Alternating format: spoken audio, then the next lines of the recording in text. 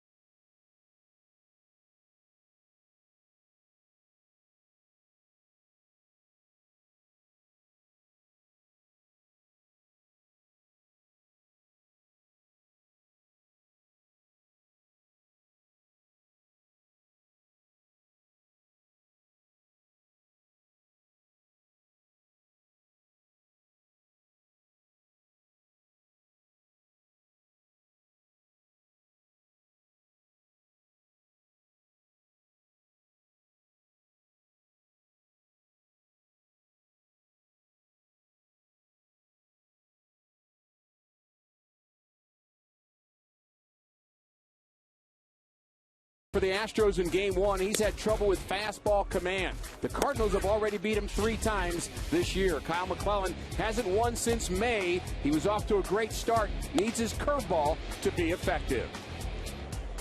We're going to take a look at the road trip when we come back.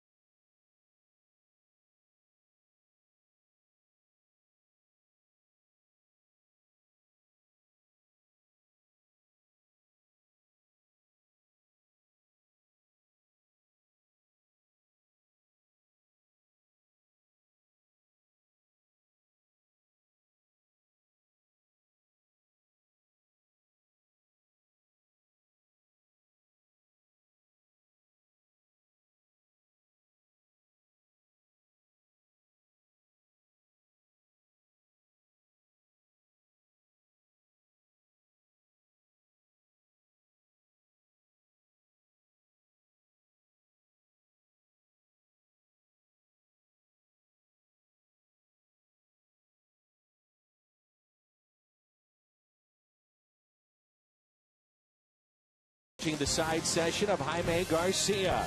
The Cardinals back home. It's been a while. Let's take a look at the road trip recap. Game 1 of the road trip had the Cardinals squaring off against two old friends. Johnny Cueto helped stifle the Cardinals' bats, while Brandon Phillips delivered the knockout blow. In the air, left center field. Did he? Did he? He did! Did! Reds win! Reds win! Reds win! Phillips' ninth inning bomb gave the Reds a 6-5 win. Game 2 had the Cardinals looking to even the series behind the resurgent Chris Carpenter. The fiery Cardinals right-hander showed guts and emotion. And when Albert Senna rocketed out of the Great American Ballpark, the Cardinals had tied the series at a game apiece. Pujols rips it out to deep left field. It is gone! Line drive, home run! 3-run shot for Pujols. I feel sorry for whatever fan caught that. That's a broken hand. Sunday's game featured career home run number 352 for MVP candidate Lance Berkman, and the first for a young Reds right-hander. And there's action here. His first Major League home run. With Lance Cozart providing the power, Francisco Cordero picked up a Reds win. They had won the series 2-1.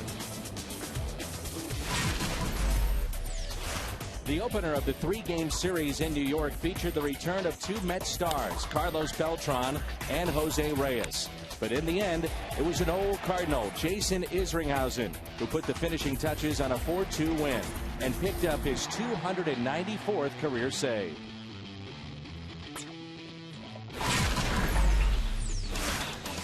Game 2 at Citi Field began well enough with RBIs from Lance Berkman and Matt Holliday, and a surprise RBI from Gerald Laird. Laird trying to bunt his way on.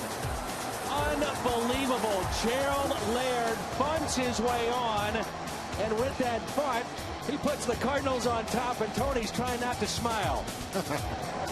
But in extra innings, Angel Pagan delivered his first career walk-off homer, and the Mets escaped with a 6-5 win.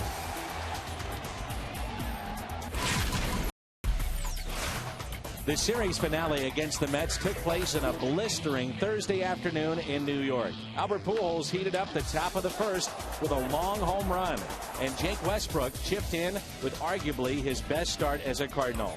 And here's a 1-2 pitch. Got him. Big strikeout for Westbrook. Third of the afternoon. The Cardinals salvaged the series finale and headed off to face the red-hot Pittsburgh Pirates. First inning fireworks set the tone in Pittsburgh. Here's a high fly ball, right field again. Jones back, looks up, gone! Two two-run homers here in the first inning. After that, it was vintage Chris Carpenter. A gritty performance that got the Cardinals off on the right foot against the Pirates. Jaime Garcia gave the Cardinals their third straight masterful performance by a starter on Saturday night. The Redbirds had a 5-run fifth inning, and the record for the road trip evened up at 4 wins and 4 losses. The road trip finale in Pittsburgh could not be settled in 9 innings as the score was tied 3-3. Then in the bottom of the 10th, Xavier Paul provided the margin of victory by the slimmest of margins. The Cardinals headed home with a 4-5 trip.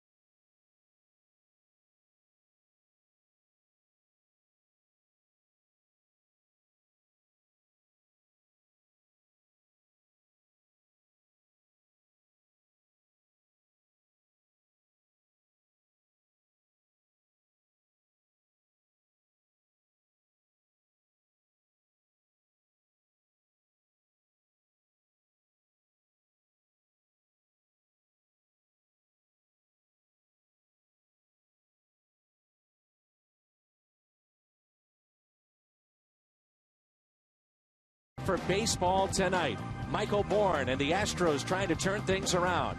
Former Stro Lance Berkman not in the lineup tonight, but slugger Carlos Lee is. Baseball coming up next.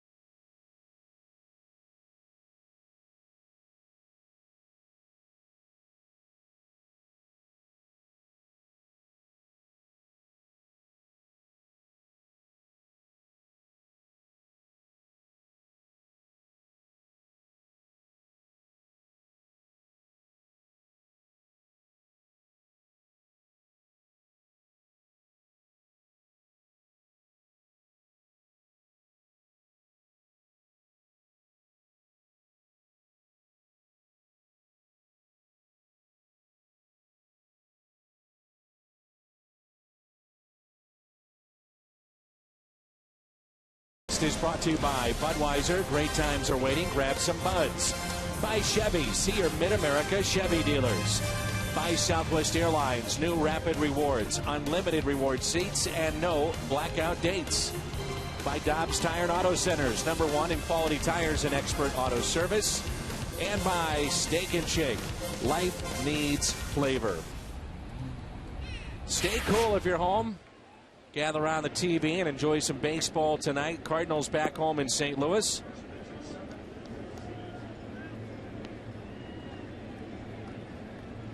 Ryan Bourne leads it off, and Bourne, the center fielder, hitting .301, 1 home run, and 32 RBIs. Not done much against the Cardinals. Houston having a historically bad season. It could be awful before it's all said and done, but they come in 33-68, 20 games back. The Astros are on a 3-city road trip, Dan, a 10-day trip. Bourne was 7 for 14 in Chicago. I think that's the most underrated stat in all of baseball. What has a guy done in his last 3 games? And you think about all the video that teams gather. A lot of times it's over a 2-week period and not the most recent games. What's he doing now? Right. So Michael Bourne, the speedster, and they say that every player right now on this Houston roster could be had. 3-2 the count. Big crowd still filing in. Will be over 35,000 tonight. Bourne hits it out of play. These fans brave the heat. We had some hot weather in the east, especially in New York. And we know about the heat here in St. Louis.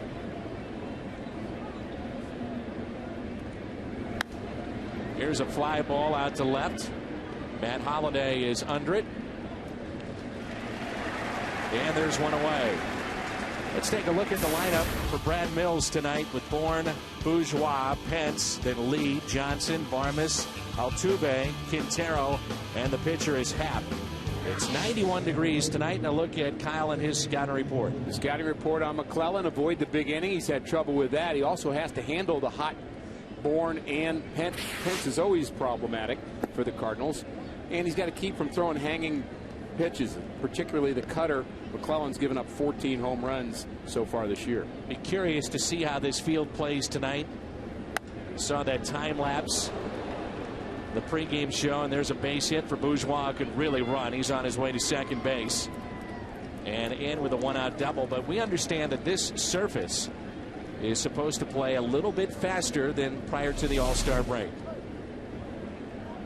Taking a pitch up in the zone, taking it the other way. Bourgeois, I don't know how he's not in the lineup more often. Batting .350, he runs well, 17 stolen bases, and really just basically over 100 at-bats. He should have more. You saw that John Jay is in right.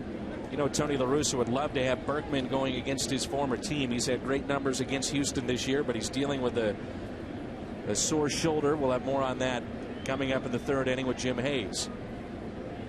Hunter Pence is hitting .308. Up the middle, backhanded very nicely by Nick Punto. He was playing towards the bag, and Hunter Pence thought he had a base hit and RBI. Look at the Cardinals defense tonight, which is presented by Dobbs. Holiday, Rasmus, and Jay in the outfield. Freeze, Terrio, Punto, and Pujols along the infield. And our battery tonight, Kyle McClellan, the St. Louisan, and Yadier Molina. Reports that say Colby Rasmus could be traded to the White Sox, and in the starting lineup tonight, playing center field. Carlos Lee hitting .277. 8 home runs. He's driven in 53.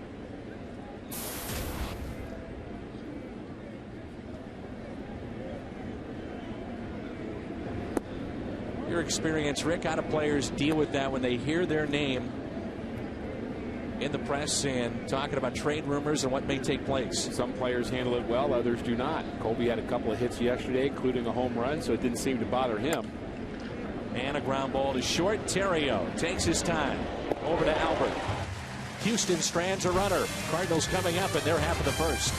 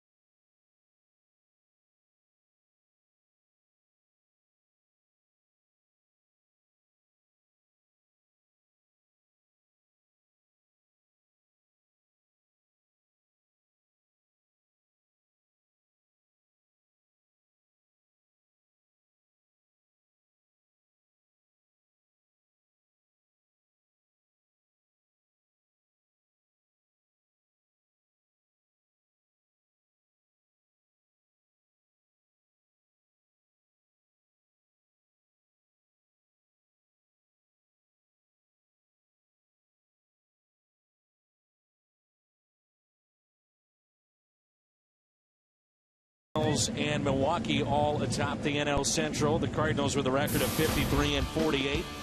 Southwest Airlines starting lineup with Terrio, Jay, and Pujols. Then Holiday, Freeze, Molina, Rasmus, Punto, and the pitcher Kyle McClellan. Happ has been hapless against the Cardinals in 2011. 3 losses. Getting ahead is a problem for him. He's much better when he is ahead in the count. Fastball command also an issue. 57 walks. He's in the top 3 in the National League in that department. Centerpiece of the deal for Roy Oswalt. Happ coming over from Philly this season against the Stros. Terrio 6 for 20. We started our telecast telling you that this would be a homestand in which the Cardinals really can do some damage. You're playing the two bottom teams of the Central, Houston 33-68, Chicago 42-60. You still have to get it done, though. You got to play the games. You can't just show up and beat the Astros. They're still a big league team. Astros actually have a decent lineup, and that's what Tony La Russa certainly has been great over his career at teaching his team is, you know, don't take anybody for granted. You have to go out and play a hard nine, and they're not just going to give it to you. Cardinals last year against sub-500 teams, that was their season. They couldn't beat them. Jam shot to first, and there's one away.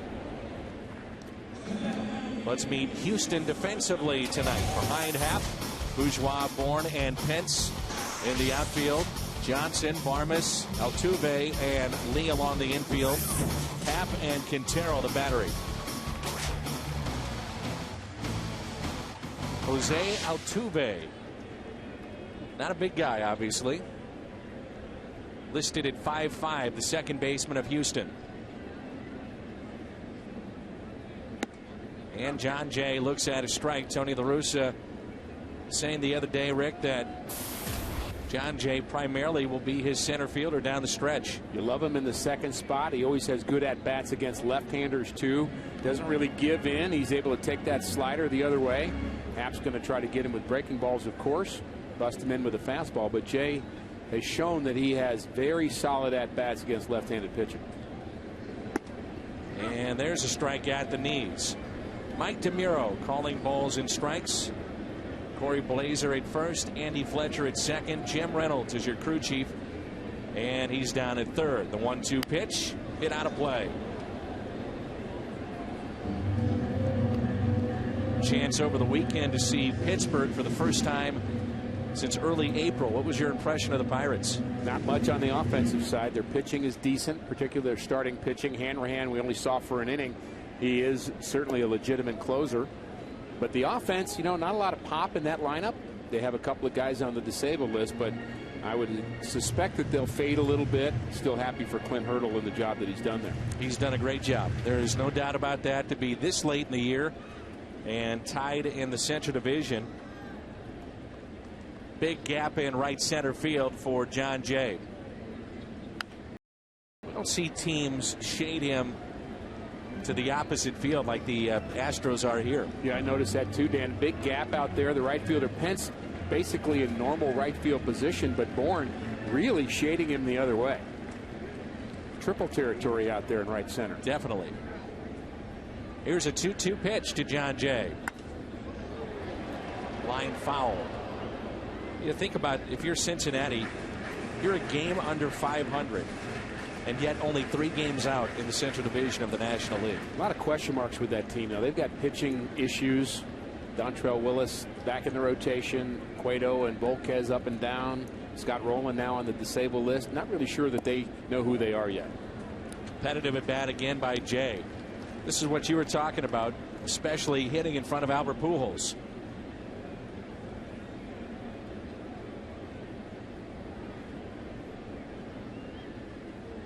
And Jay out to Bourne, who's positioned perfectly. There's your scouting report, and it comes through. Well, they learned something, didn't they? And it brings in Albert Pujols.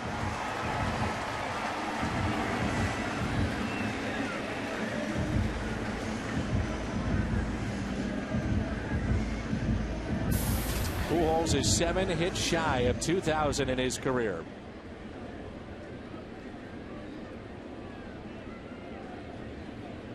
Two outs, nobody on. First pitch, a strike on the outside corner. Now a 22 home run, 60 driven in.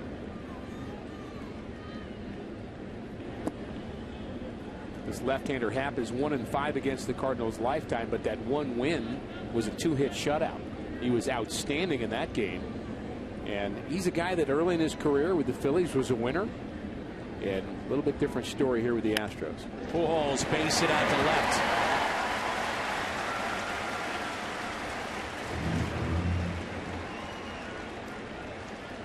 So 6 away from 2,000 for Pujols.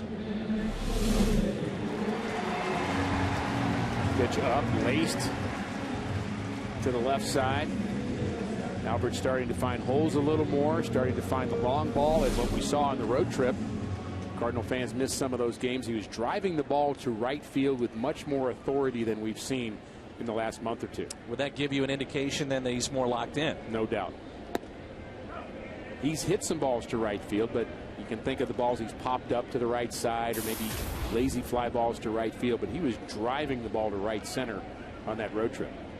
David Freese on deck, and here is Holiday. Holiday has just been a little bit off last 2 or 3 days. A lot of swings and misses. Seems to be a little late on the fastball. Hot summer months, part of the All-Star game, the home run derby. You see he's 4 for 8 against Happ.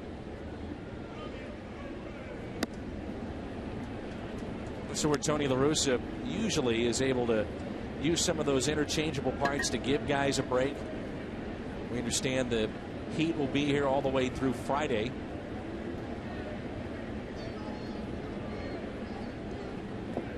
And a swing and a miss. Holiday strikes out. Cardinals strand a runner. Johnson, Barmes, Altuve when we come back.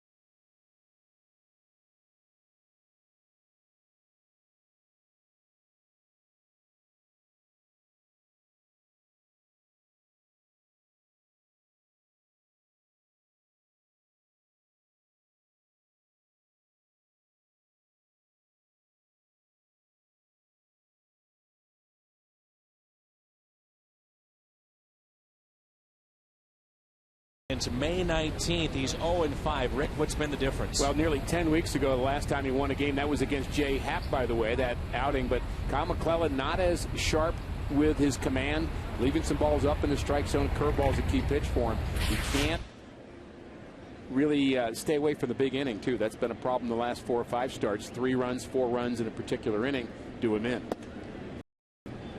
Here's Chris Johnson. Looks at his strike underway here in the top of the second.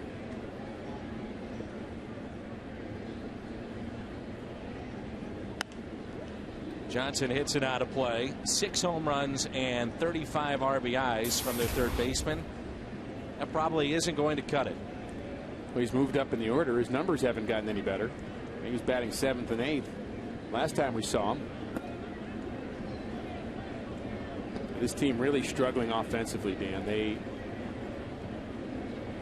can hit, but they don't have a lot of power. And pitching and defense really is even worse than that.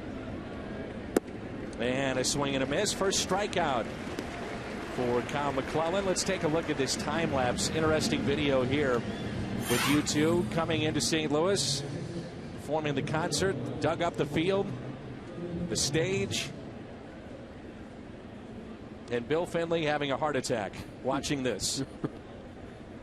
Bill Finley is the head man here in St. Louis. It takes care of the field. Kind of fun. And Mother Nature not helping out Bill Finley one bit, with temperatures near triple digits night in and night out, day after day. I understand the concert was spectacular. People that went said it was just an outstanding show, and so that's the good news. But guys like Bill Finley and his crew have to work very, very hard to get us back to where we can have baseball here for this homestand. So really congratulations to those guys for their hard work, and they do it really all year long, but this was a particularly difficult set of circumstances for them. And they talked about, again, this being a quicker surface tonight, so we'll see how that plays. They're trying not to put many of the mowers onto the field. They don't want to tear it up at all.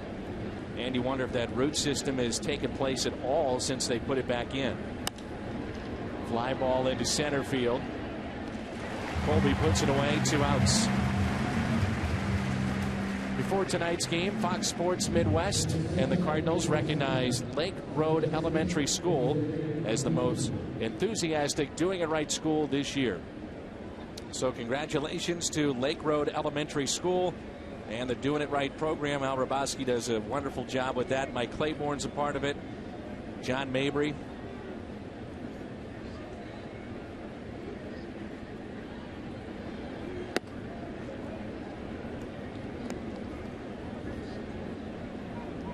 Jose Altuve.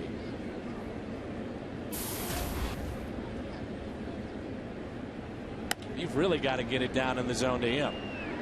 Holiday over, off his glove. Can't make the play. Altuve on his way to second base. 2-out double. Second double by Houston so far tonight. Major league players come in all shapes and sizes. That one not very big at second base. But again, if you're a young guy and you want to be an athlete and you've got some hand-eye coordination, some strength, some speed, you're not going to play basketball. I'm sorry. You're not going to play. You're not going to play linebacker in the NFL, but you might play second base for the Astros. Good effort by Holiday, came up just short. Or soccer. There you go. Golf. 2 outs, runner at second. And a strike. Quintero, the 8th place hitter, and the pitcher Happ on deck. Cardinals have defeated Jay Happ all 3 times. They have faced him this year.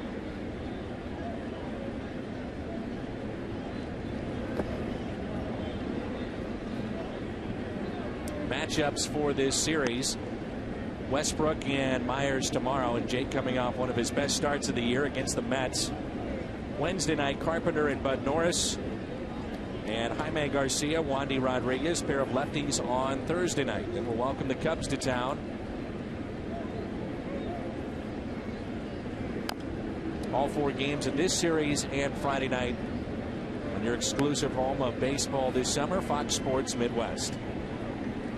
1 ball and 2 strikes. 2 outs and a runner at second.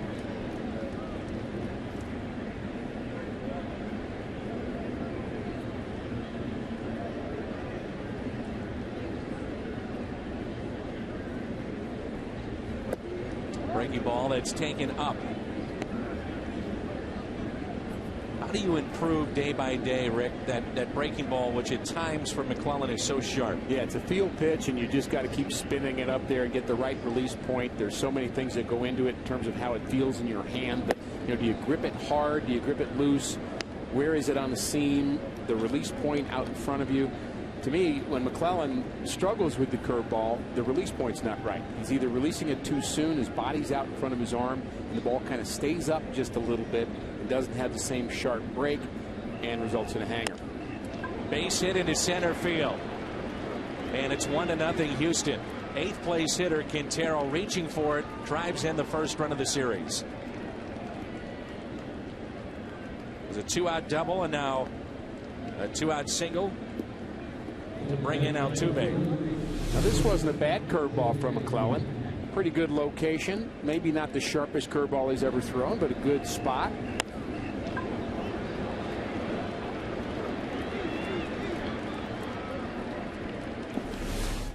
But I would say that when McClellan's curveball is on, Mr. Quintero doesn't hit it. It's 3 hits, and here is Happ. What drives you crazy at 2 outs and first base open. Can't put away the 8th place hitter with the pitcher on deck, and so here's Happ 0-1.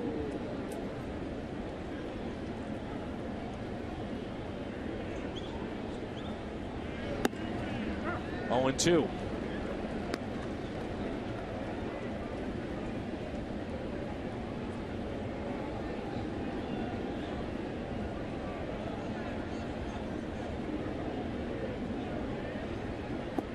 There's that curveball, a little sharper break, but taken low.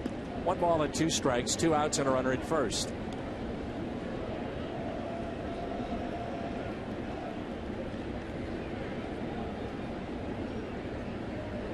And a strikeout for Kyle McClellan. 2 in the game, 2 in the inning, but a 1-0 lead for Houston.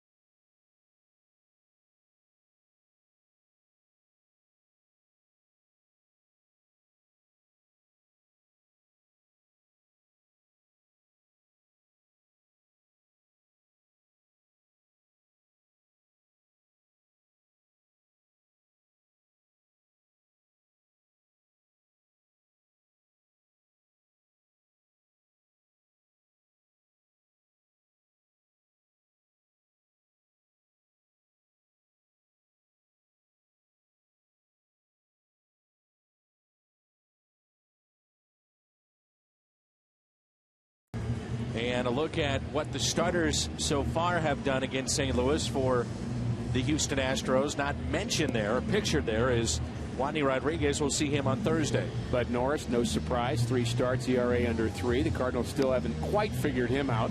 But Jay Happ, they've had a lot of success. And they're going to have to get going here. Bottom of the 2nd inning. Maybe they can get something started with Mr. Freeze. Bud Norris starts. They're 2-1. 2.84 ERA is his. 0-5 with the other guys in that starting 5.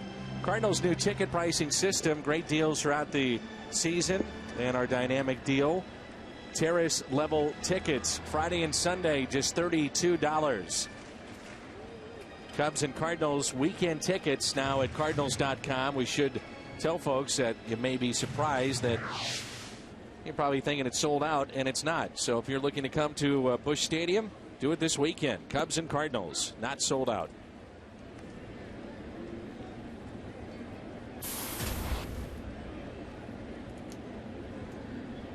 There's David Freese, had an opposite field home run over the weekend on Friday night against the Pirates. Now with 4 on the year, 22 RBIs. Molina on deck, and then we'll see Colby Rasmus. Outfield shades him to the opposite field. 2 balls and 1 strike. Last 3 games, David talks about that first at bat being a big one.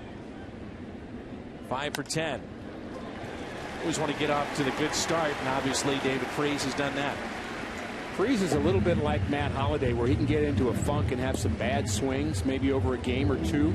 And the key to being successful in the big leagues is don't let that last very long. Matt Holliday's had it for a couple of days. Freese had it for a couple of days. But he had a good game in New York where he didn't get any hits, but he hit the ball hard twice. And I think he's been more on time the last 3 or 4 games since then.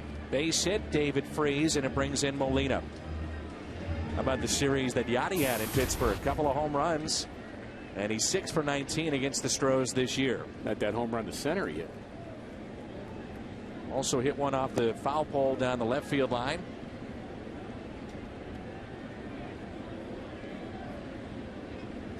Mentioned those dynamic tickets for this weekend and also all the games against Houston. There's tickets that are available for just $9. Here's a 1-0 pitch. Instead, a check on the runner at first, David Freese. How about the move by Happ? Well, that's not the good move there. That's kind of the just, hey, I'm letting you know I'm here move. He works off the third base side of the rubber. I always like to work off the first base side of the rubber because the throw is going to be about 2 feet quicker to get into the bag, wouldn't it? Absolutely. Usually those plays are an inch or two, it seems like, with a tag. Yeah, think about it. You're working off the third base side of the rubber instead of the first base side. In fact, you could put your heel on the first base side of the rubber if you want, if you wanted to cheat a little bit more, and get that throw to first base even quicker. So it's basically the length of the rubber is how much slower the throw gets to first base, and a lot of times they are bang-bang plays there. They say he works from the third base side of the rubber to get in on the righties. Yeah. And I guess, Rick, you'd have to say if you're going to do that and work from the side of the rubber that you feel most comfortable, the number one thing is getting the hitter. Yeah, that's much more important than keeping a runner close, particularly you're playing the Cardinals. They're not much of a running team anyway. Yachty reaching for it, hits it down the left field line, fair ball into the corner. Freese on his way to third, and it's second and third, nobody out. Boy, he went down to get that, didn't he? We usually like to say nice piece of hitting when we're talking to left-handers, where you take the ball the other way. Just kind of has that pretty little swing, driving the ball the other way. But Yachty went down to get this pitch. Just really put the bat on the ball. Very simple swing, but found a hole in the corner, and Freese is able to go to third. And David Freese, safe at third, safe and secure. New York life. Here's Colby Rasmus. Trying to ignore the reports and concentrate on playing baseball. Yeah, you asked me about that earlier. I think a guy like Colby can be affected by that because he's a pretty sensitive guy and very talented young player, and he's certainly aware that people are talking about him being traded. I'd be curious to know, if you talk to GMs, what is his value? I would say it's high because he's got a high ceiling. Because having been a #1 pick, everybody else was slotting him in as a #1 pick because they know he has power, good speed, decent arm in the outfield that we haven't fully seen yet. And the other thing that becomes a huge part of the equation, money. Right now, in baseball terms, not making a lot of money.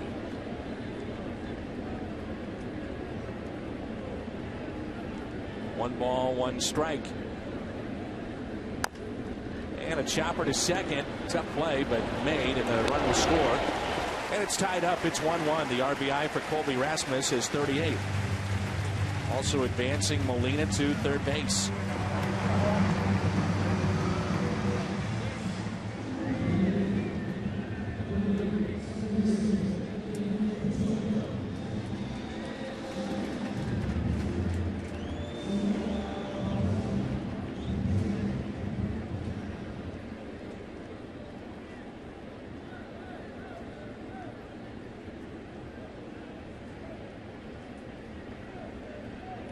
In the dirt, blocked by Quintero.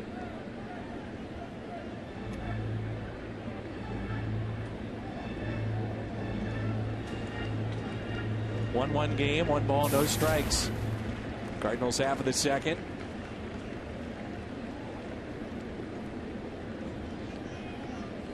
And Punto looks at his strike on the outside corner. It's early in the game. The Astros are so used to losing of late. They dropped 3 in a row in Chicago, but they're trying to pinch this run here. They can't afford to give up the lead early on, and you wonder if they're going to give him anything to hit with the pitcher up next. And Punto hits a fly ball into right, slipping on the play. Pence, thank you, you too. Punto on his way to second. Punto on his way to third. Okenda will hold him up. The Cardinals have the lead.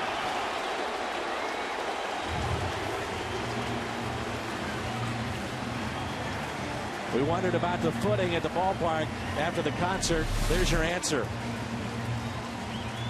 looked very uncomfortable. We've seen Hunter Pence uncomfortable before in the outfield, but his feet come out from under him, and he really just kind of fell on his own at first, then slips and slides, and boy, that's just not a good play, clearly, by Hunter Pence. And he's a guy who's an all-star, has made himself into a good player, has more outfield assists in the National League than anybody over the last 5 years, but he just absolutely botched that one. He talked about a game he had over the weekend. A misplay, did not have very good at-bats, and he took full responsibility for it, Rick. He said, I have played one of the worst games I've ever played in the major leagues. You wonder if that is a factor here tonight in the dirt to Kyle McClellan.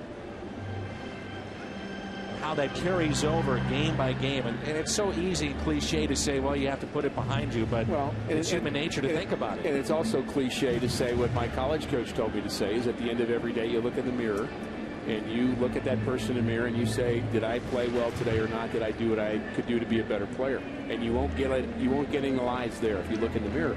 But the deal is you do that, but then the next day you have to forget about it. You self-assess correctly, but then you've got to get through it and improve the next day. And I think Hunter Pence is the kind of guy that is not going to let it linger. Otherwise, he wouldn't be an all-star. There's a strike to McClellan. 1 ball, 1 strike. Infield is in for Houston. 2-1 lead for the Redbirds. Inning start with a single by Freeze. Double to Molina. Ground out by Rasmus, RBI. Triple for Punto. That might have, Dan, been an interesting play at the plate. Had Pence stood his ground, made that play. It was fairly shallow in right field.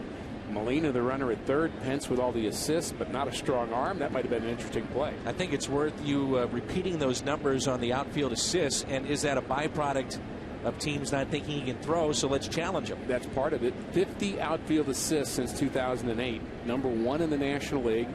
And they're going to run on him. And, of course, it's a byproduct of the Astros giving up a fair number of hits. Put the ball in play as the runner Punto was coming home. And McClellan drives him in. It's 3-1. You wonder if that was supposed to be a squeeze. Well, it had to be. You're not going to do a hit and run with a guy on third base. You'll get him hurt. Watch this. Here comes Punto. Is he going to squeeze? Oh, oops. Good thing he was late on it. All smiles is Kyle McClellan. He just got a little more of that bunt than he wanted to.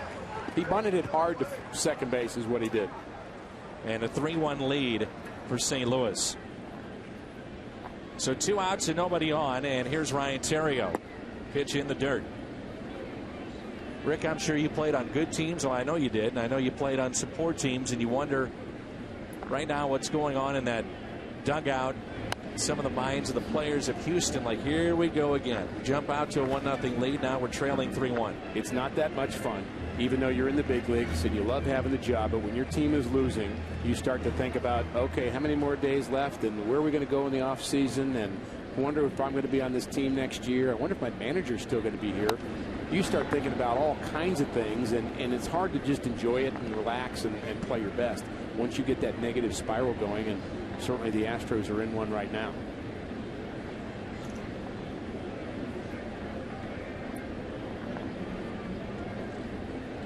Here's a 1-2 pitch.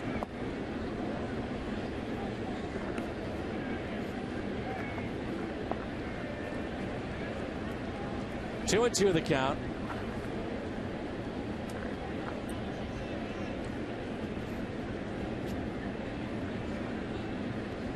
Set up inside, leave it over the middle of the plate, and spoiled by Theriot.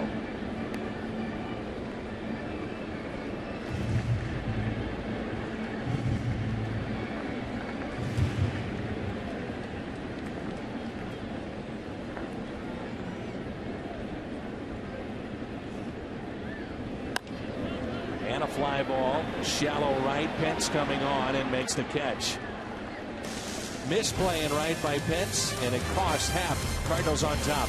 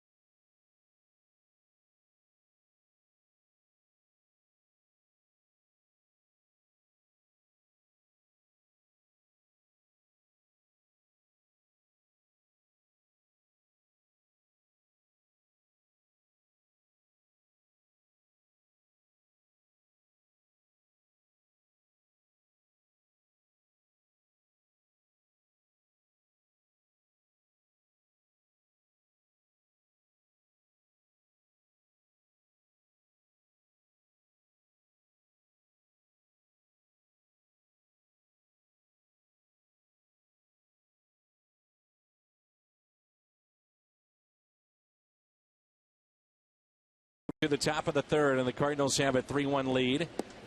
Along with Rick Horton, Dan McLaughlin, Jim Hayes with us.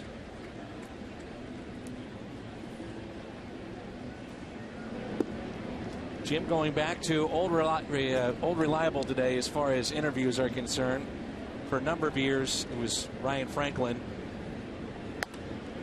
And now I think it's safe to say it's John Mozeliak. Would you agree? With the trade deadline fast approaching, I thought that was pretty appropriate. I'm not saying I don't like it. I think it's tremendous. There he is. John Bucha on the left. Runs the Cardinal farm system. On the outside corner, and it's a strikeout. We're going to get into that conversation you had in just a moment. Cardinals baseball is brought to you by the Stadium Sports Bar and Grill. They have changed the game, located at Lumiere Place Casino and Hotels. By Taco Bell, right now offering $20 admission vouchers to Live Nation concerts. And by Verizon, America's largest and most reliable wireless network. Well, I'm assuming, Jim, that you did talk about trades. Well, we did, Dan, and for the record, I usually get my information by listening to you on the broadcast, but every once in a while we think it's good to talk to the general manager. And he's pretty upfront about the fact that he's not going to discuss a lot of the details of his conversations with other teams, except to say he's talking to everyone right now. Ground ball to short. Terrio, deep throw, and makes the play. He had said recently that he felt he could address the Cardinals' needs without touching anyone on the big league roster. Now he says the situation is fluid, meaning he doesn't want to box himself into a corner. And Ricky Horton raised an eyebrow to my right. Well, that sounds like maybe that is a possibility. I can tell you from my point of view, there's a couple of guys in the minor leagues I'd rather them not touch than some of the guys on the big league roster. So, Jim, you're essentially saying it was 5 minutes of just filler. No, it was a joust that John Mozeliak won. It was a fencing match. I love giving you trouble, Jim. And I love ignoring it. I thought you did a very good job on the pre and post game shows with Chris Duncan. There's a big swing and miss by Hunter Pence, 0-2. He was really good, Chris Duncan. Did a great job. He's got a good sense of humor. He's got good knowledge. And the fact that he's closer to the game, being as he's not been out of it as long as some of the other relics we have, like Ricky. It's sort of a fresh. Ouch. No, I meant you that. Put up with this? No, that was praise. I meant you're a seasoned veteran full of wisdom. Is that what you meant? It's wow. It's just a different perspective that he brought. Base hit, Hunter Pence into right. He gives it to me, I give it to you. I can take it. I'm all right. 2-out base hit, and it brings in Carlos Lee. Now, he did a great job, did Chris Duncan. Fun to work. And what's so funny about Chris Duncan, and I, too, have heard so many people talk about his work on radio and now on our pregame shows and postgame shows, that he's really knowledgeable, yes, but he used to not like to do interviews when he played, so it was just kind of a bit of a surprise, but he has a tremendous sense of humor. He's a fun guy, and that's great to see him on this side. Well, he's really opened up. That's the one thing I've noticed. I told him when I ran into him about a month ago, I said, you look as well rested as I've seen you in years. You know, the pressure of playing, and he had a lot of injuries he was dealing with. The surgeries and whatnot, but I know he wants to get back in the game, but this is a good way to stay in the game. And he's pretty upfront. He'll say, look, I was an awful defensive outfielder, but here's my view of this play. 2 balls and no strikes. Lee, 8 home runs, 53 RBIs, grounded out to short back in the first. Did Jim Hayes call me a relic? I just want to make sure I got that. Where I don't want to have on the record. Yes, I could go listen to this again and go back and kind of review it. I think it was worse than that. I think I was calling all our guys relics. What I meant is Chris is a little younger, and no, we know what you meant. You know, a shorter time removed from the game is all. You going to put up with that, Horton? What am I, Abner Doubleday or something? Wow. Now, you said, Rick, that there's a couple guys in the minor leagues that you would not trade. Yeah. I mean, Shelby Miller. I mean, Martinez would be another one. And, you know, I know Zach Cox is a name that kind of goes back and forth, and I'm not sure I'd be too much of a hurry to get rid of him either. So I just think there's There's some guys throwing hard down at lower levels too that, don't give up a guy throwing 95 in A ball right now. And, I'm not saying you want to just give him anybody at the big league level, but the prospects have a chance to become higher ceiling guys. That's the challenge for John Mozeliak. And when you're talking to teams, you do empty interviews with guys on Fox Sports Midwest because you don't want to tip your hand. But I think the Cardinals have to assess how badly do they want to climb through the window of opportunity that they have this season. Here's a 2-2 pitch. Runner goes. Throw down to second. And got him. Pence gunned down at second base by Molina. Lee left standing.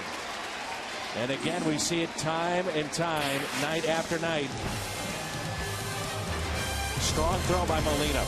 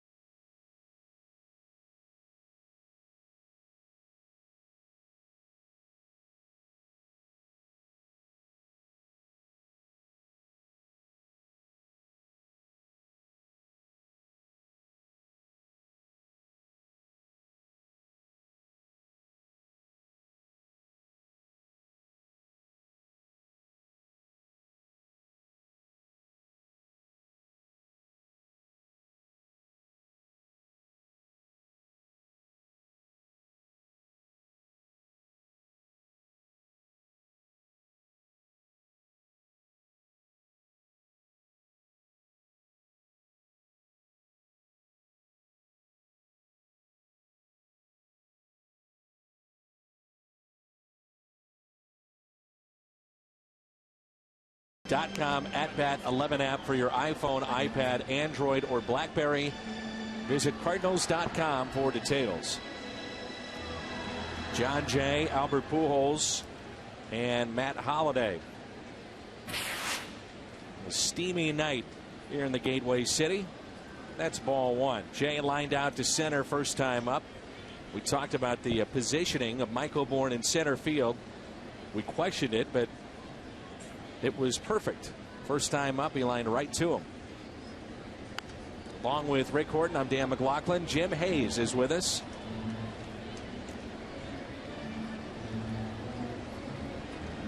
Jim, we saw the field become a factor already in this game tonight. I know you had a chance to visit with Bill Finley and the crew. Pence slipping. They say it's a faster infield as well. Yeah, they believe that, and the outfield too, is because it's a little shorter because they had to truck all this grass in. It hasn't taken root yet, and the 100-degree days didn't help the fact that the grass wasn't going to take root. That's deep in the hole. Oh, what a play. What an outstanding play. It's shortstop by Barmes. They thought the outfield would be more than playable. They felt there were a couple areas where the grass might kick up a little bit because, again, it has not taken root.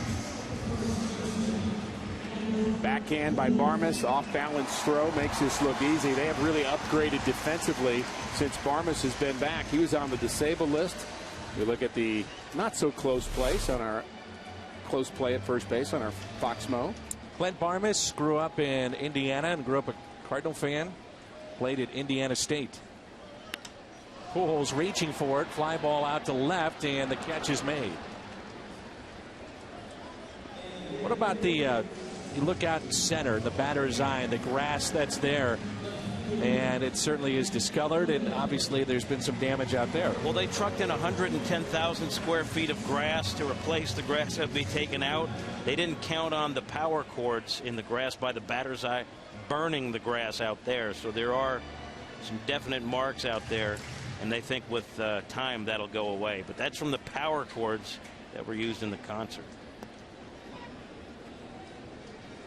Some big power cords. Apparently hot too, Rick. I missed the concert. I'm sorry. We were occupied.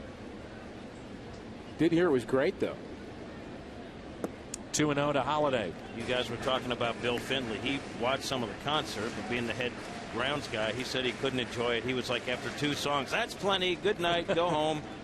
Since I'm such a relic, I'll wait till Tommy Dorsey comes into town. I don't think Rick is going to let you forget that, Jim. He was my buddy when I went for on the trip for the road trip. Something happened. I told you, Dan gave it to me, and I just shared it. That's all. It's all good. 3-0 on Holiday. Let's see if they turn him loose. 3-1 St. Louis here in the Cardinals half of the third. Holiday struck out swinging first time up. David Freese on deck.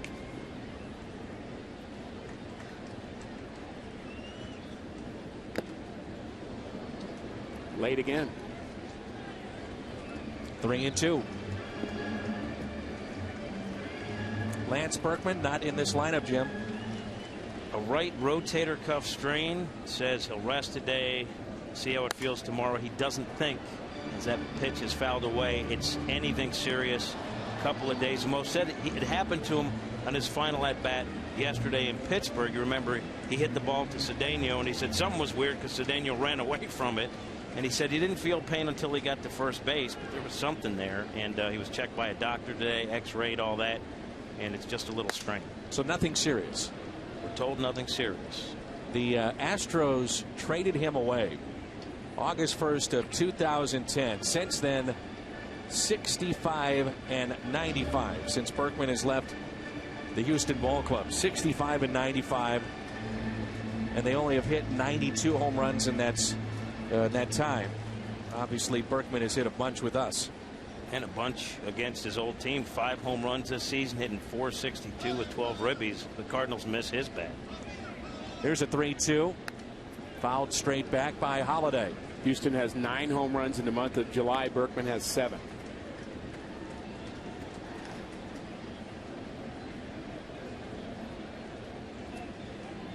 You can turn things around. I mean, look at what Tampa Bay did with their bullpen. Gutted it. They have a very good bullpen this season. You've got to be able to draft, which that's something that Pittsburgh has invested a lot of money in. Pittsburgh has invested over $30 million last year in their draft in trying to sign players and more scouts. But you also have to have a little luck along the way. They have new ownership coming in, so you don't know about the future of your manager, your GM. I mean, right now, it's really a mess. The only way it really works in my mind in baseball is you have to have it as a 3 to 5 year plan. You can't really expect it to happen overnight. You have to include the draft as part of that, but then you can't be in a rush to develop those players and rush them to the big leagues before they're ready. 2 outs and a runner at first. Essentially, Berkman this offseason went back to Houston, said, hey, I want to play for you. They didn't want him. And essentially it's been Brett Wallace, that spot where they said, okay, let's see if Wallace can play at this level. We know we're probably not going to win the division, so let's see what we have with some of the younger players. And Berkman went out, got himself in great shape, found a new team, and has put together an unbelievably good season. MVP type year. Freese singled and scored first time up. 1 ball and 2 strikes with 2 outs and a runner at first.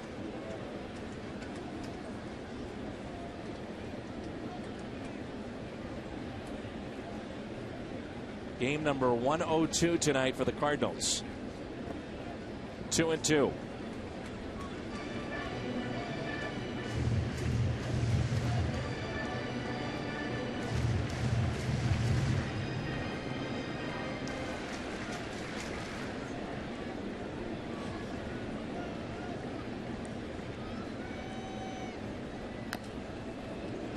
We'll do it again.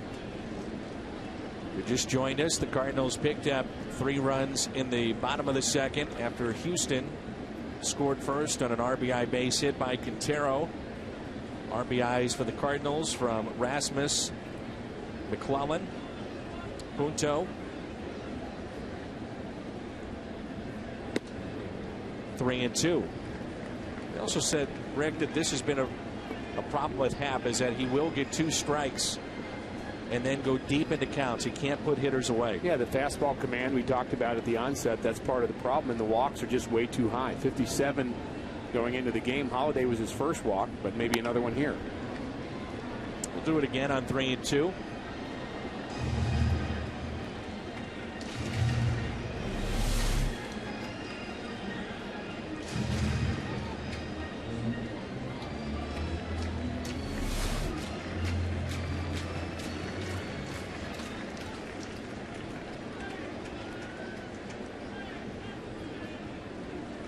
Another 3-2 pitch.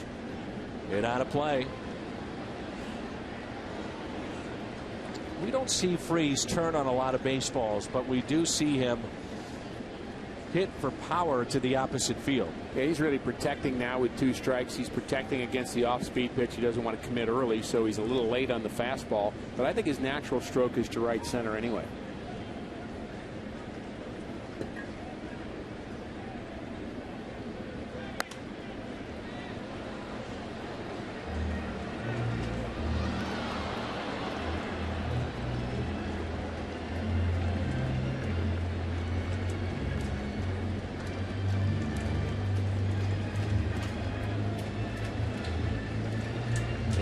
Pitches we've seen to Freese and Holiday combined.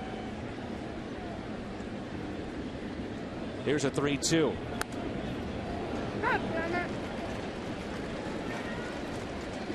Holiday's getting worn out, running on every 3-2 pitch with 2 outs.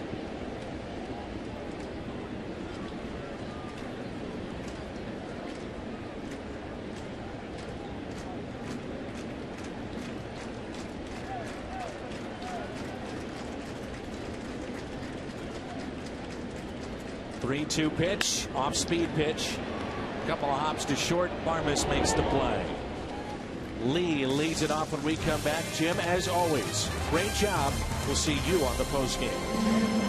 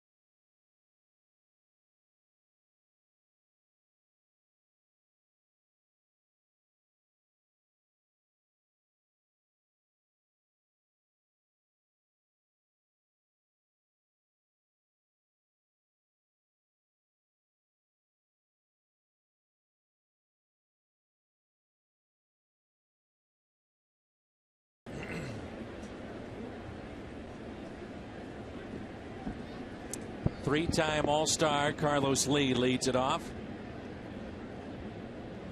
Signed as a 17-year-old with the Chicago White Sox. year number 5 with Houston. Turns on the pitch and hits it out of play.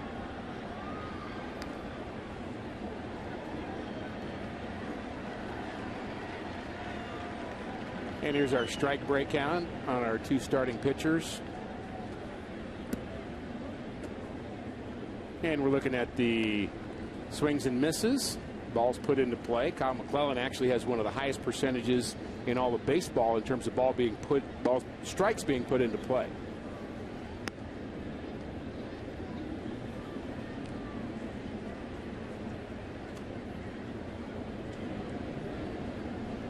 Three-one pitch to Lee. In the air to center, and Colby puts it away. This Friday we have our Bush Bash, and Jason Mott will be signing autographs in the Ford Plaza prior to the game. That'll be the Cubs in town, and still again seats available Friday, Saturday, and Sunday. Cardinals.com/promotions. And again, we have $20 field box seats and $9 terrace level seats for the entire series with the Astros. If you haven't sat in those field box level seats, great time to do it for just $20. Some of the best seats in the house. 2 balls and no strikes to Johnson, who struck out his first time up. It was not a good breaking ball by Kyle McClellan. That was kind of that in between. It wasn't really a cutter, wasn't really a curveball. It was kind of a slurve. Didn't really have a good arm angle on it. Wasn't sharp. Wonder what's going on with him too, considering trade rumors. If they bring in a starter, what happens to his immediate future? Such a good bullpen guy the Cardinals have had last few years, and now in the starting rotation. When you talk to Kyle McClellan, I think Dave Duncan would concur. He's still pretty close. He's had some games where he's been close to having a good game, and I would say the New York game was one of those where you take 2 or 3 pitches away and he has a decent outing, but he's just making mistakes at the wrong time. And in that New York game, he said he got caught in between wanting to throw 2 different pitches and made the wrong choice. 3-2 pitch. Another fly ball out to right field. Catch made by Jay. Let's take a look at the delivery here of Kyle McClellan. And he's altered his delivery since being hurt. He's opened up a little bit more with the front side. He works from the first base side of the rubber now, but he throws off that stiff front leg. A lot of torque right there. There's the leg and the pressure that's put on his hip as he turns and throws. There's a lot of torque there, and there's a lot of strain on that left hip as well as on the leg. And no wonder pitchers have leg issues and hip issues along the way, and sometimes they last beyond your years in the game, and you're not exactly, walking around straight after you pitch for 20 years. And McClellan, I think he would say it's worth it right now. Have a big league job, no doubt. I think anybody that, and it's amazing when you hear from the former NFL players. Right, that's what I was thinking. They always will tell you, not always, but I bet 9 out of 10 times if you ask them, is it worth it? They'd say absolutely. Yep.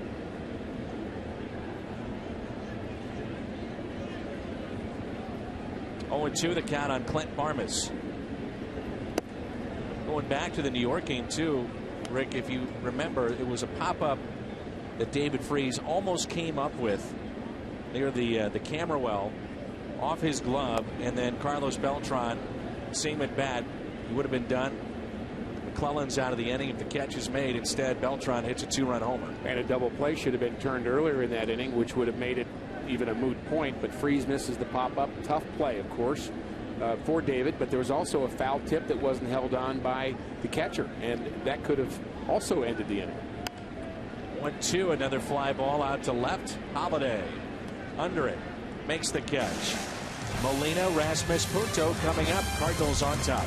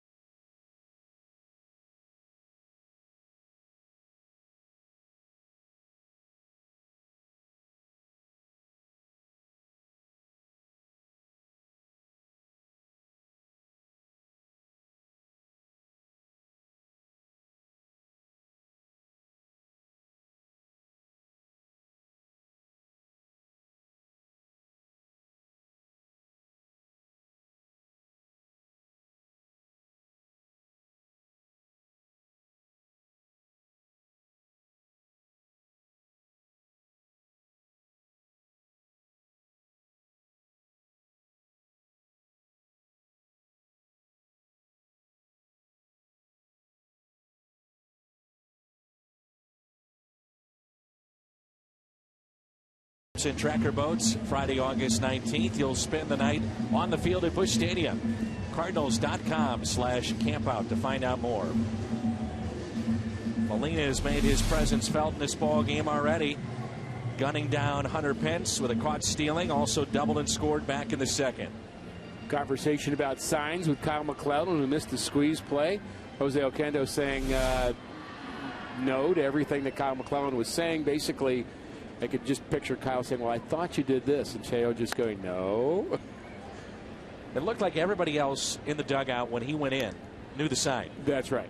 So, well, you have to be careful in the dugout that you don't give it away. Exactly. I mean, you could start to get on the edge of your seat or stand up and think, okay, here it's coming, or say something to the guy next to you, and there may be some watchful eye in that other dugout that notices that difference and asks the pitcher to step off and changes maybe what you're going to do. How prevalent was it when you were playing that you either had somebody that would watch and try to steal signs, or you felt that stealing signs were a big part of the game? Hal Lanier was outstanding. He was our third base coach back in the 80s, also managed these Houston Astros. He was a big league player for a long time. Most of his career was with the Giants. But they just have a knack of being able to watch the signs, because it's more than just what you're touching. Are you touching skin, then shirt, then skin? So maybe face and arm, but it's both skin. And it might be with your right hand or your left hand. And there's always an indicator, which usually means it's the sign after the indicator, or maybe two after the indicator. And there's also always a wipe-off. And the wipe-off might be, I'll give you the hit and run, but then I'll hit my hat, which wipes it off, and then I give you something else. In the air, deep left, has a chance to leave the park. Goodbye! Molina, another home run. His 8th of the season, RBI number 36. He's swinging a hot bat right now, and it's 4-1.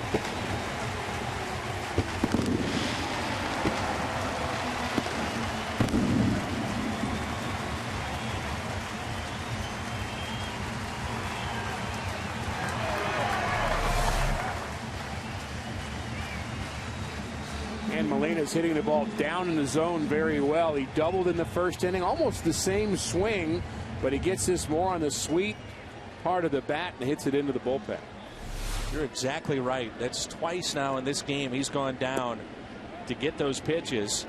So a double, home run, 2 runs scored for Yadier Molina.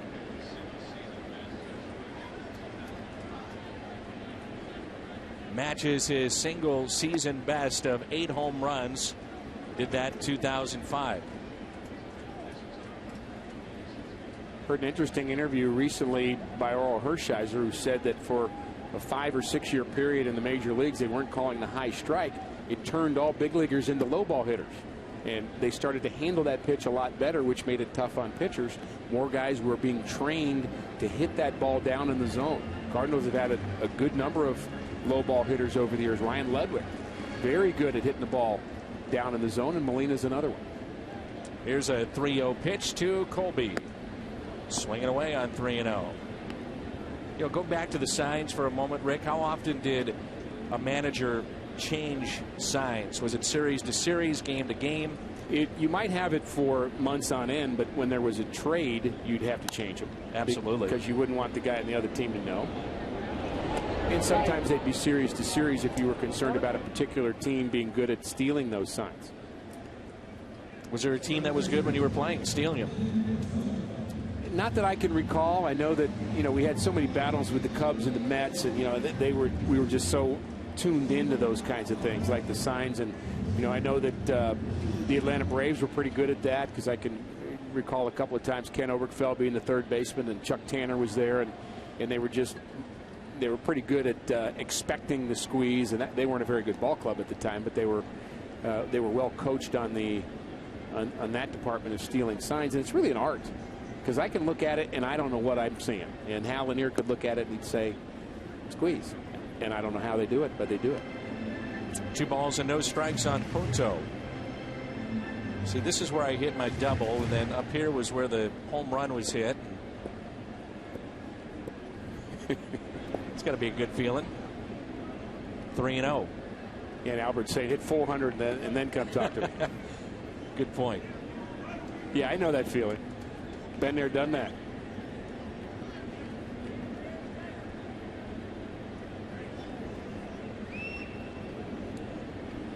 3-0 pitch to Punto, right down central.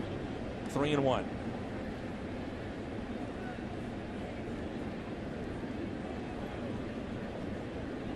Outfield is shallow for Nick Punto. And it's 3-2. Punto with a triple back in the second inning, and really one of the plays of the game thus far as Hunter Pence came in. Should have made the catch. He slipped, got over his head, went to the wall. Punto wound up with a triple and an RBI.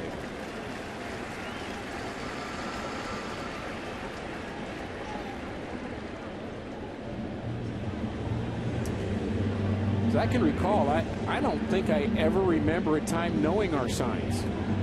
Now that you mention that, McClellan down there reliever, though, I mean, how much do you really need to know? But even as a starter, what I remember most is standing in the on-deck circle and Whitey yelling to me, "Hey, bunt until you're out." And that was it. That was, I mean, I got the verbal sign. I'd look down there. He wasn't going to let me swing, that's for sure. Too much detail maybe would have clouded my mind a little bit, Dan. Enough other things to worry about. Trying to get people out. It was hard enough. There's McClellan showing bunt. Grounded out to second. Picked up an RBI his first time up. Third baseman is way in. Now that's ridiculous. He is way in. McClellan can bunt the ball past him very easily. That's how you get hurt, too. And he kept coming in and in and in and in, and here comes the pitch, and he's taking 5 more steps. Look at that. He's almost on the dirt. Not much range right there. Bunted hard to third. Coming again, and the bunt foul back, and it's 0-2. That is the furthest we've seen a third baseman come in all year. Being the relic that I am, I've never seen a third baseman that close on a bunt. You're not going to let Hayes forget that, are you? Probably not. Fouled back by McClellan, nor should he. Be a little rough on you. That's his way of showing love. Uh-huh. You sure about that? No.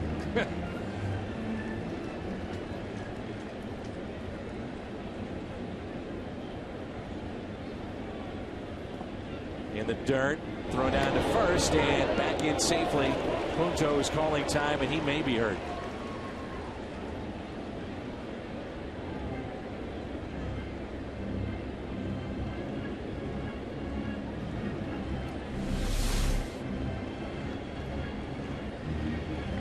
Very close play, and that tag went right on the fingertips of Punto.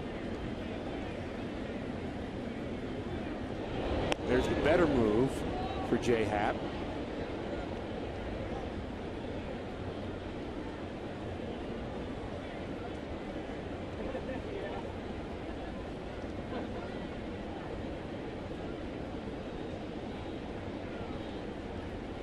McClellan again showing bunt. Johnson step or two in on the grass.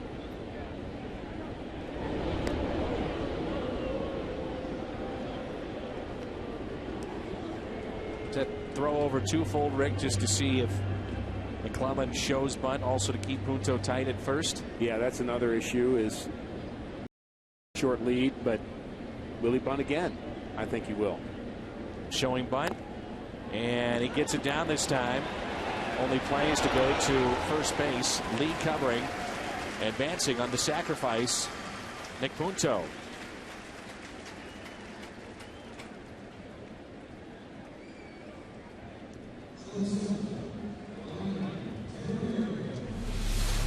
Set the right angle. Let the bat hit the ball. Just deaden it. Don't do too much with it. And get some high fives in the dugout. Game simple. Ryan Theriot with the runner at second base. Theriot hits it out of play. It's simple until you try to bunt a ball that's coming 90 miles an hour from 60 feet away. Yeah.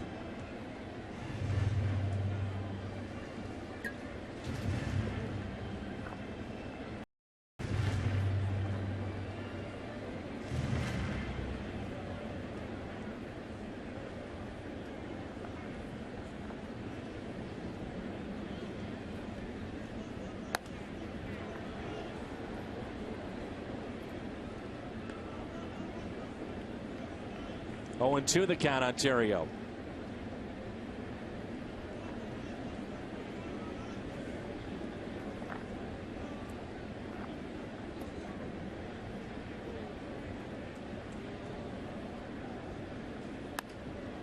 Fought off, and it's a foul ball.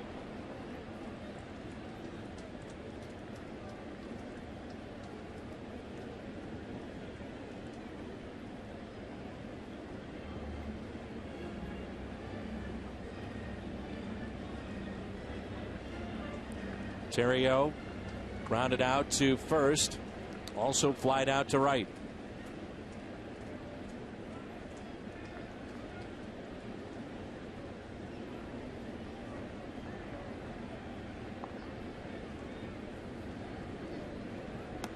Foul back.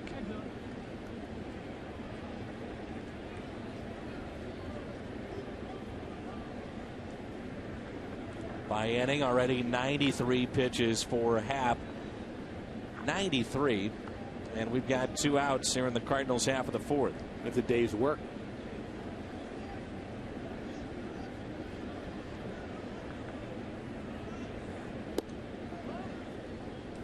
More than that when it's 90 degrees.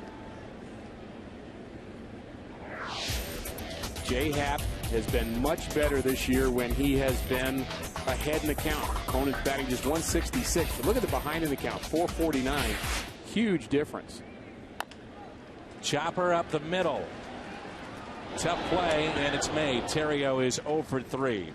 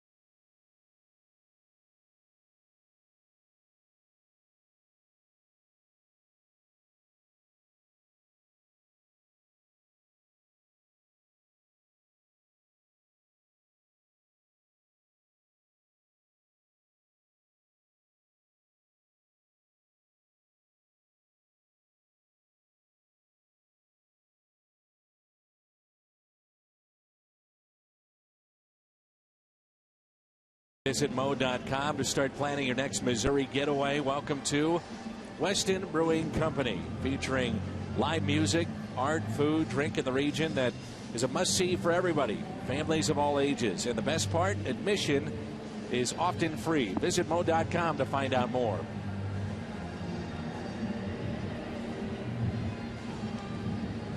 Altuve will lead it off for Houston. Doubled and scored their lone run back in the second. Altuve just got recalled from Corpus Christi, where he's playing for former Cardinal second baseman Tom Lawless, the manager there. And I would say he's done a nice job of grooming him to be a good fielder at the big league level. He had a hit his first time. And, you know, Tom was not exactly the 6'5", 250-pound player either, so he's probably helped him understand how you can play at the big league level and contribute. What did you say it was? 5'5"? 5'5" listed. Tom Lawless is one of the most famous postseason home runs in Cardinals history. That's over the head of David Freese. He was playing in. Holiday over to get it. Altuve slipping at first, and hopefully he didn't hurt himself.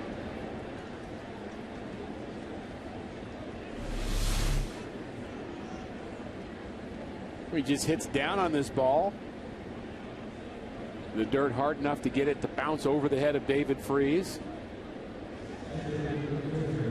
And he takes a bit of a header. And it's the grass again.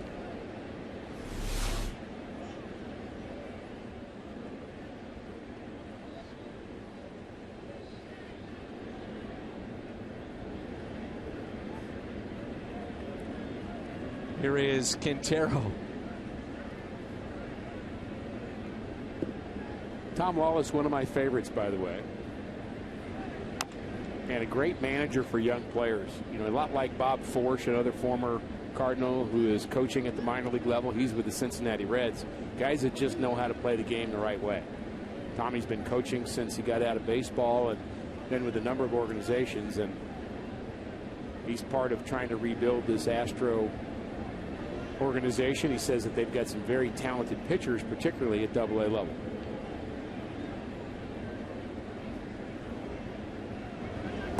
Oh, and 2.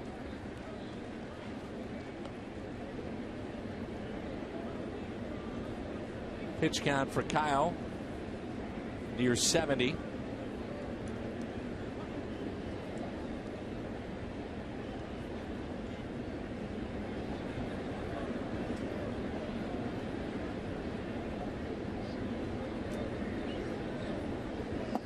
And a strikeout. He tied him up. 4th strikeout tonight for Kyle McClellan.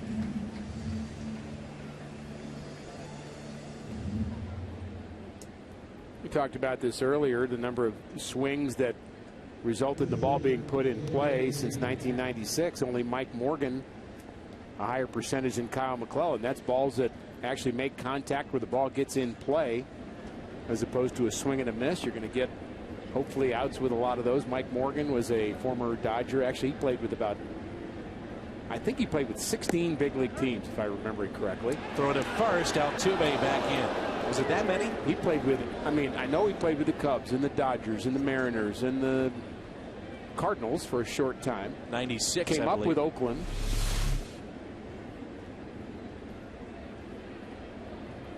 I played with him in Los Angeles, and he had a lot of different color sleeves in his arsenal.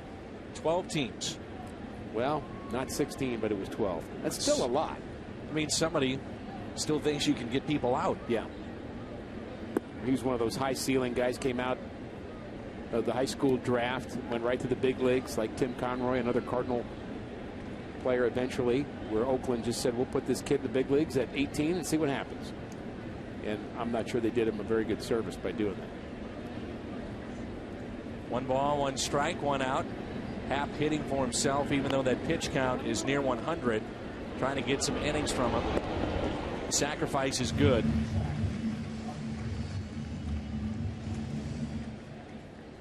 Sack 1-3 on the play. And it brings in Michael Bourne.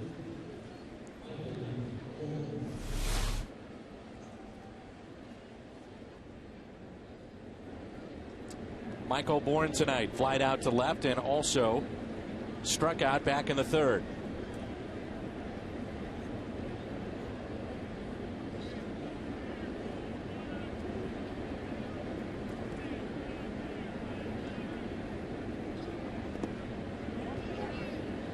Another fine play by Molina.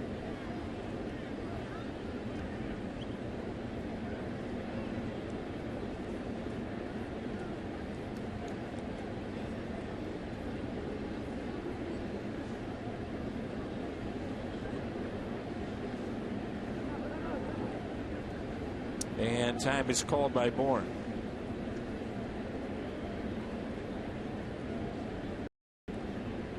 Rick, you were talking earlier how you come to the ballpark. It's not a lot of fun. Just over 30 wins this year for Houston, but you have to find some type of motivation for yourself, which is not an easy thing to do, but you have to do it. Well, you find the motivation, but you don't want that to become so selfish that it becomes a thing that pulls the team apart. That's the manager's job, to keep guys still thinking about a team concept, even though the team is 20 games out of first place. You know, the team is still the team, and it's still, you know, you've still got to make a commitment to one another at some level. Liner and caught by Terrio. Jay, Pujols, Holiday coming up.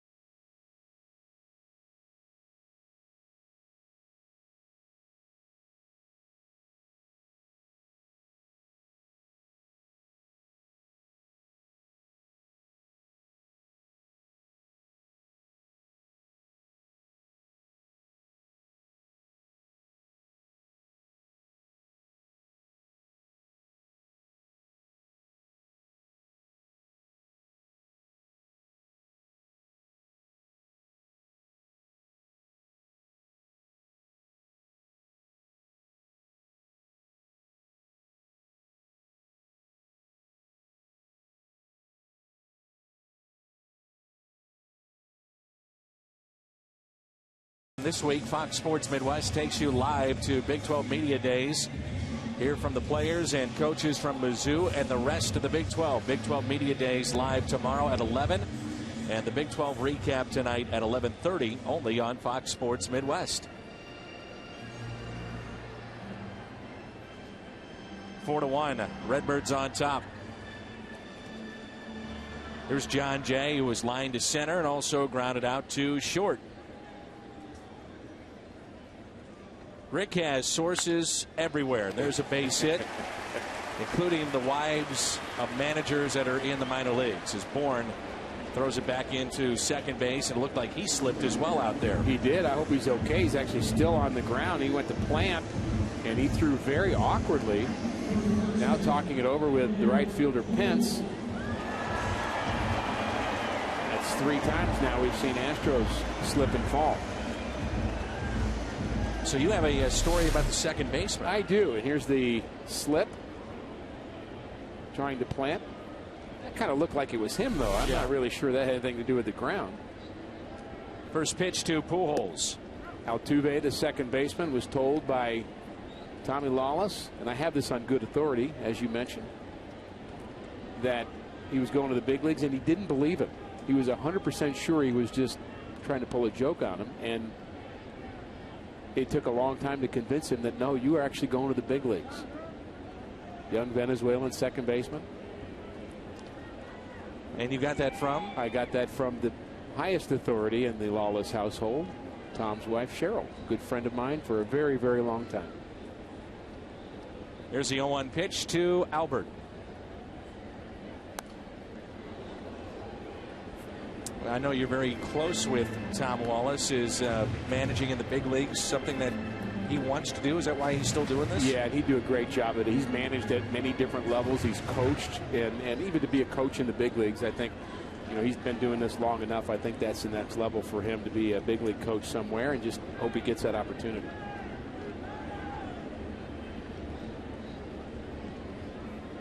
And I had the honor of officiating at their daughter's wedding this offseason.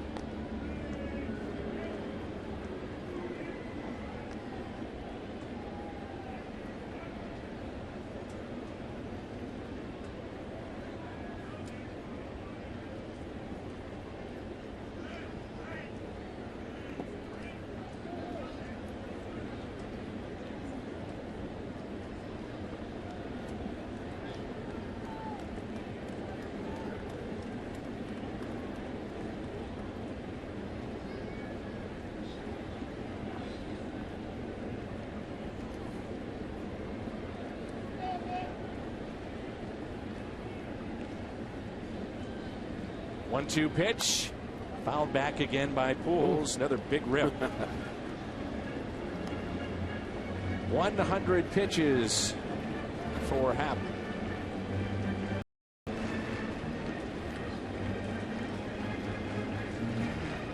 You better be careful with pitch number 101 after that swing.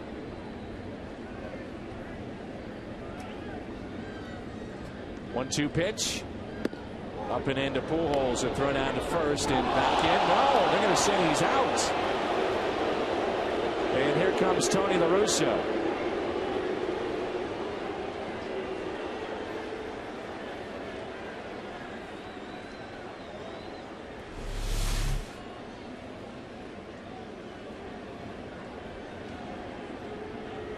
Well, the left hand is not in there. You wonder if the right was, and looked like he did not get in there.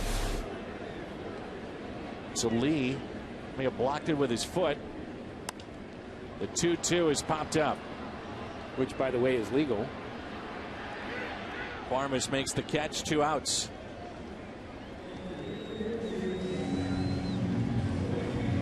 And we turn to our trivia question tonight.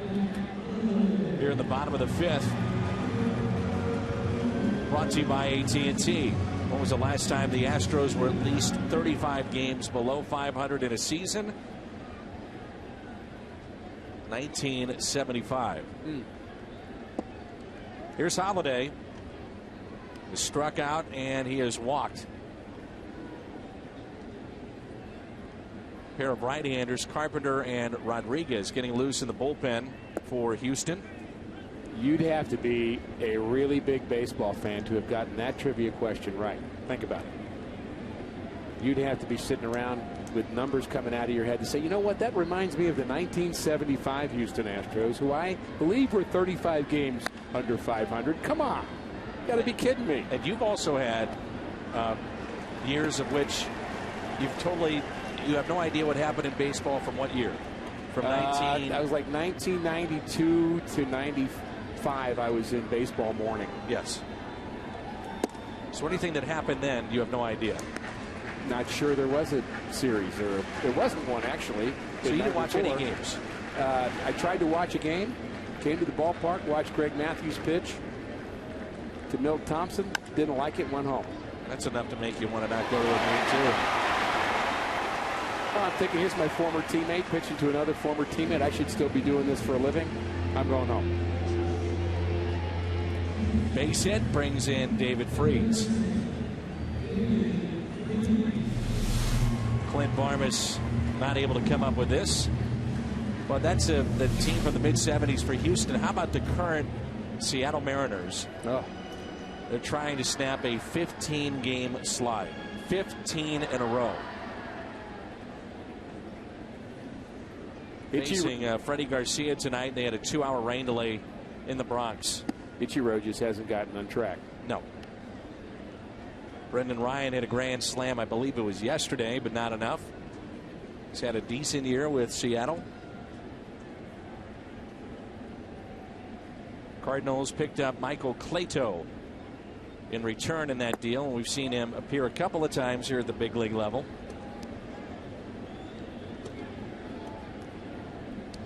Padres beat the Phillies 5-4. That's the lone final.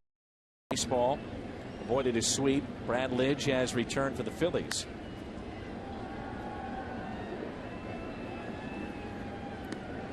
Another late swing for David Freese, trying to hit the ball in that right center field gap. Singled and scored in the second inning. Cardinals scored 3 runs in that inning. The Astros, well, they're just struggling. Got to believe this is Happ's last inning, don't you think? Oh, yeah. Most definitely. And they've got, as I mentioned before, activity in their bullpen. Arizona agreed today with their first-round pick, Trevor Bauer, 3rd overall pick out of UCLA, hard thrower.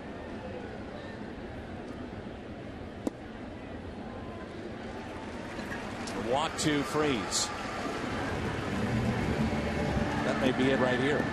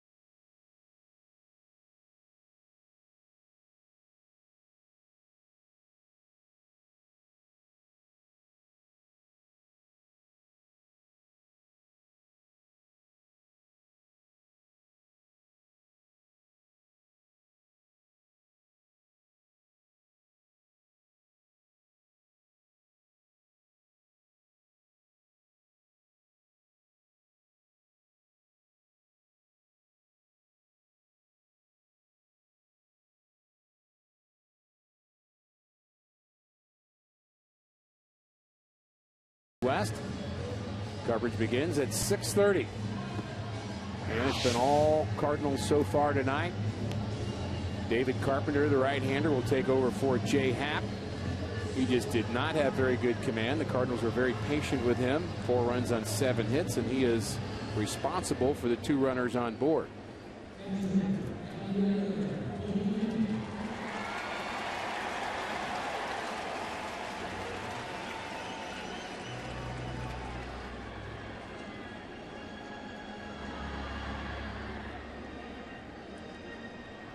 Two outs and runners at first and second. Yadier Molina with a double and a home run. He could bust this game wide open.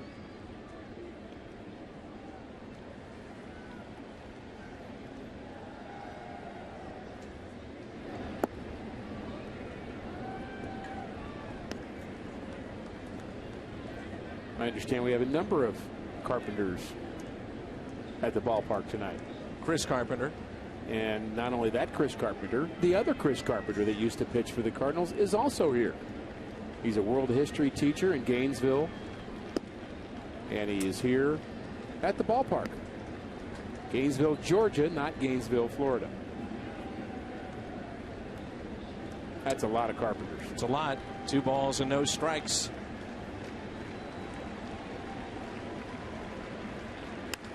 Molina off the end of the bat. In the left, that's a base hit. And it gets by Bourgeois. 1 run is in. Here comes another. Yachty winds up at second. Descalso scores. The Cardinals have picked up 2 with 2 outs here in the 5th, and they lead it 6-1. Yachty and Molina a triple away from the cycle.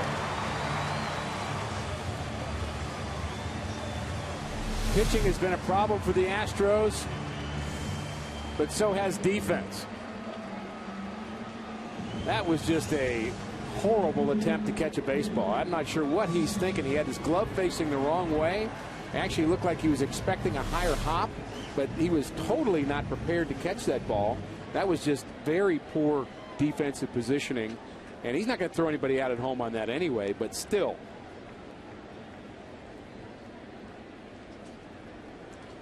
Runner at second base for Colby Rasmus.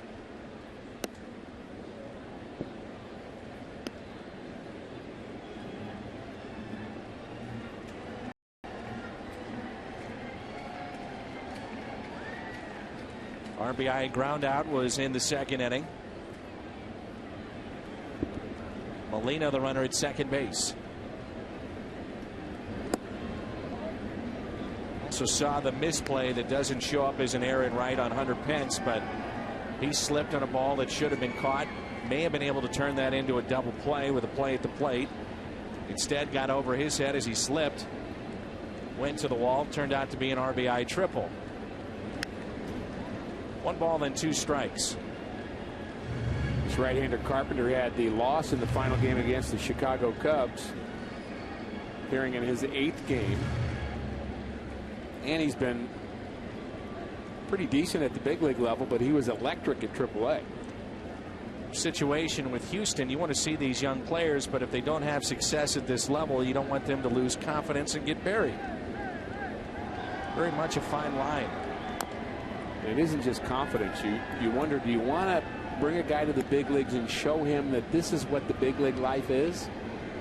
And the losing life is certainly different than being on a contending ball club. So the experience they're getting is this is what the big leagues is. Well, you know, it isn't what winning in the big leagues is like. You don't want to get bad habits. Low expectations. 1-2 pitch. 2-2.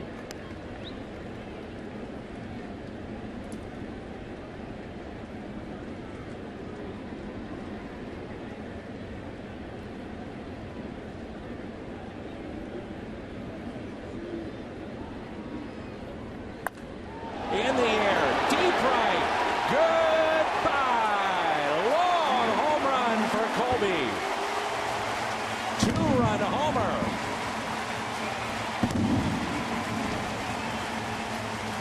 Number 11 for Colby Rasmus.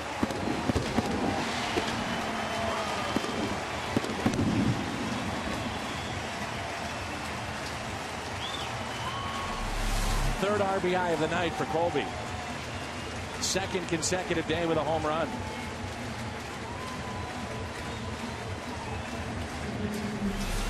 Maybe there should be a story about him being traded every night. Let's see, who else can we trade him to tomorrow? Ground ball by Punto. Lead to Carpenter. Big inning for St. Louis. Cardinals with 9 hits on the night. 8 runs. It's 8-1.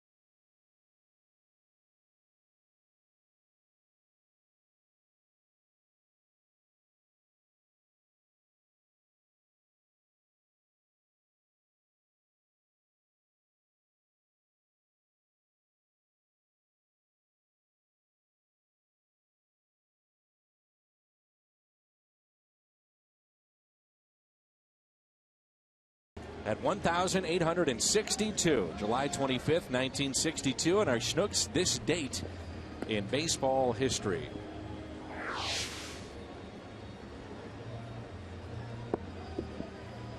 Big night for the Cardinals. Rasmus with 3 RBIs, and they lead it by the score of 8-1.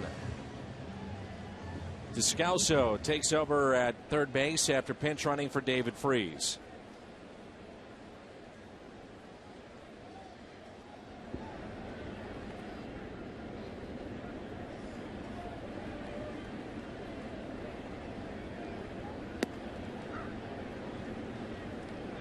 Jason Bourgeois.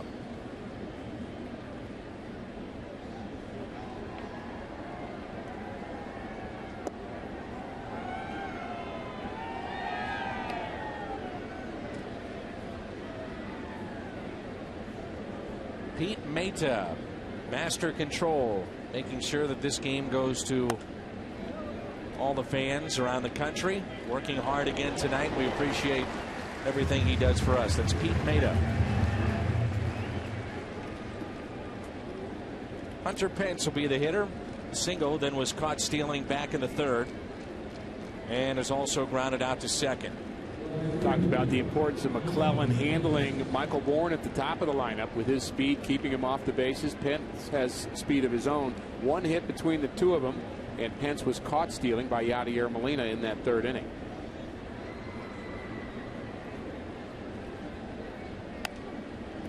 Pitch is popped up, playable. Descalso, 2 away. 7-run lead, and it looks like McClellan is comfortable right now out there.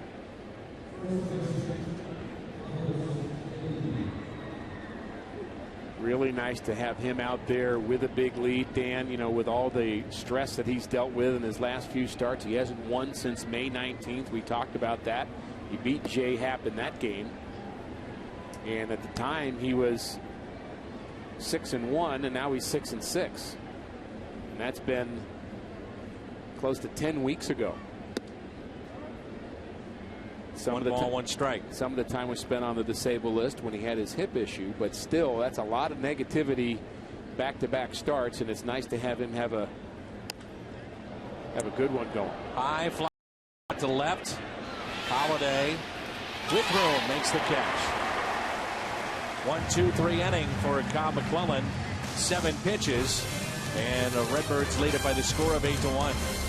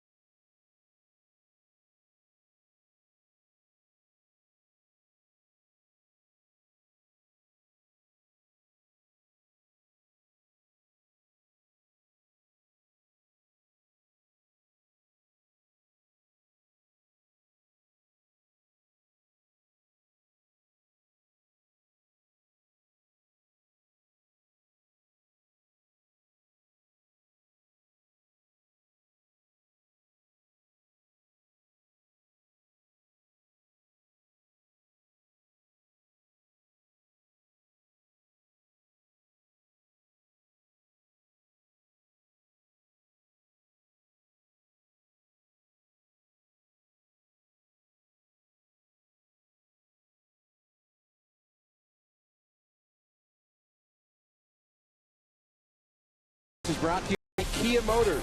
To learn more, visit Kia.com. For a limited time, Jack's Really Big Chicken Sandwich Combo is back for only $3.99 plus tax at participating restaurants. And by the State of Missouri Tobacco Quit Line. Call 1-800-QUIT-NOW.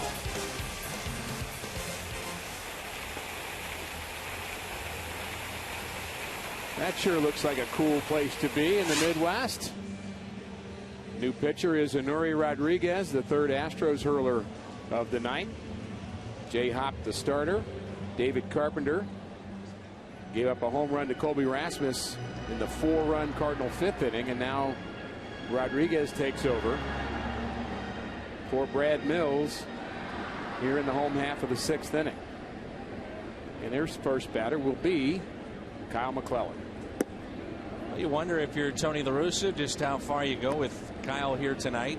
Pitch count has been pretty efficient. Last inning certainly helped, and he's had 83 pitches this evening. Broken bat, couple of hops to second, and there's one away. Build-A-Bear Workshop Day, and that's coming up Sunday, August 14th. 12,000 fans ages 15 and under receive a bear honoring Stan the Man with a paid admission. For tickets, visit Cardinals.com, and that series all weekend long has discounted seats. Kids can run the bases after the game. Terrace level seat gets you a free hot dog and soda. I'd like to see McClellan go just one more inning. I think he's had enough negatives at work, and there's a lot of talk about him going from the bullpen to the starting rotation. Maybe you need to limit his innings. I actually talked with Kyle about that, and he and I both agreed in talking about it. Being a reliever is much more stressful on your arm than being a starter, because you're throwing maybe 4 days a week instead of once a week. And I don't want to say much more, but it's a different kind of stress. A starting pitcher's arm feels good almost every game. A reliever's arm feels good about half the time. Which then leads me into this question. What if he does have to transition from being a starter to a reliever, and you want to use him back-to-back nights or whatever the case may be? How long would it take for that to happen? I think he has enough history with that, and he's smart enough guy that he would figure it out and it wouldn't be a problem. Now, you'd have to be careful what kind of guy you do that with, but I think Kyle McClellan is, he's a loyal team guy, and he'll do what he needs to do. He may like it, he may not, but he'll do it. And, who knows what's going to happen over the next week with the trading deadline that might force some lineup changes with the Cardinals. Maybe not. But it's certainly possibility. Fly ball out to left. Bourgeois is back and makes the catch off the bat of Theriot. Theriot is 0 for 4. Tomorrow night, Jimmy the Cat Hayes, and it's the cat fight. Stop by the Heel Attack desk at Busch Stadium, be a part of the show. It's the cat fight, which is must-see TV.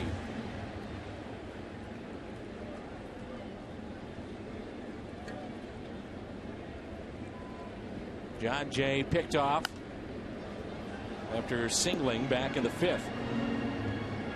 Lined out to center and also grounded out to short.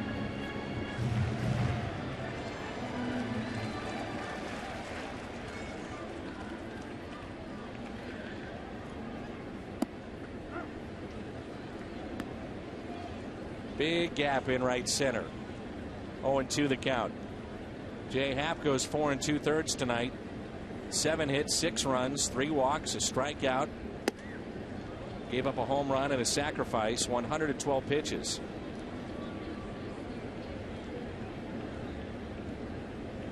Think about guys pitching with confidence, and we've seen him look much better than he did tonight. The walk off the mound from Jay Happ. I don't know if you happened to see that. I followed him all the way in from the mound to the dugout, and he walked like he was, I mean, like he had no friends and he had nowhere to go. He could not have walked slower. It was like Lee Smith coming into a game. He was walking so slow. And I just felt sorry for the guy. I felt like he was just lost as he was exiting the game. I can't believe what happened. Well, that's the thing. I mean, with a team right now that is losing, and every 5th day you're going out there and you're wondering, do I have to be perfect every night? Offense isn't scoring a lot of runs. And again, you talk about bearing, a young player or pitcher. Jay hits a fly ball down the left field line. Bourgeois is over, missed it. Foul ball.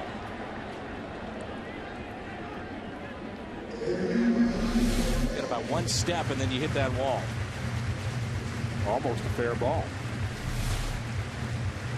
And what a change for Happ from his years with the Philadelphia Phillies. Obviously a different atmosphere in the Phillies clubhouse than the Astros have. He was 12 4 in 2009. Right. ERA at 2.93. He doesn't remember that guy right now. 2-2. Chopper to second. Now McClellan back to work when we come back for the 7th inning. Cardinals on top. It's 8-1.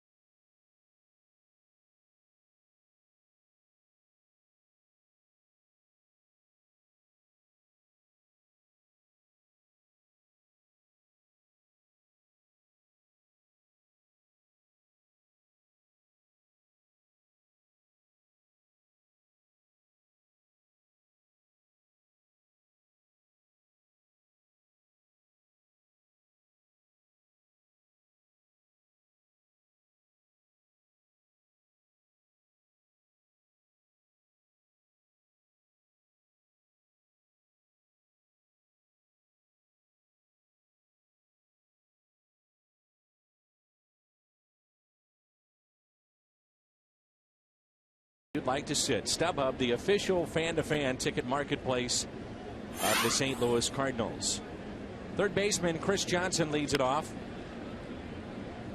fastball that's pulled foul. Johnson has struck out tonight and also flied out to right. Shaking his head up there at the plate. Johnson, Barmes, Altuve.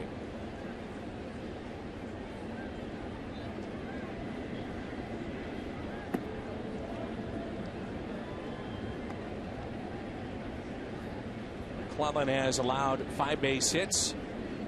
Redbirds have scored 3 in the second, 1 in the fourth, another 4 in the fifth. Pulled foul again, 1 and 2. No activity right now in either bullpen. Cardinals knocked out the starter Jay Happ after 4 2/3. Swing and a miss. Strikeout number 5 for Kyle McClellan.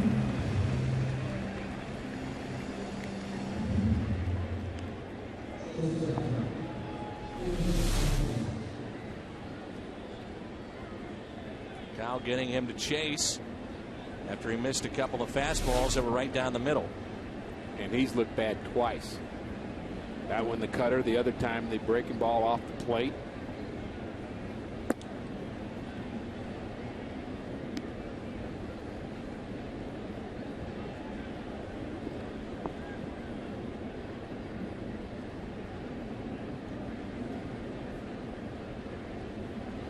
One-0 pitch.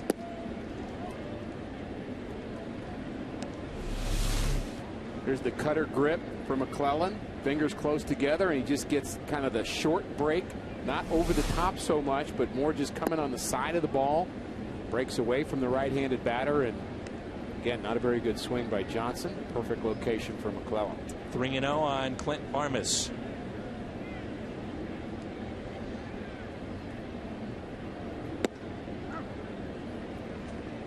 We'll see if I can get Cheryl Lawless to text me on how we get some. He's on deck and he's doubled. Get the scouting report down there as quickly as possible. Single. Ground ball to short. 2 away.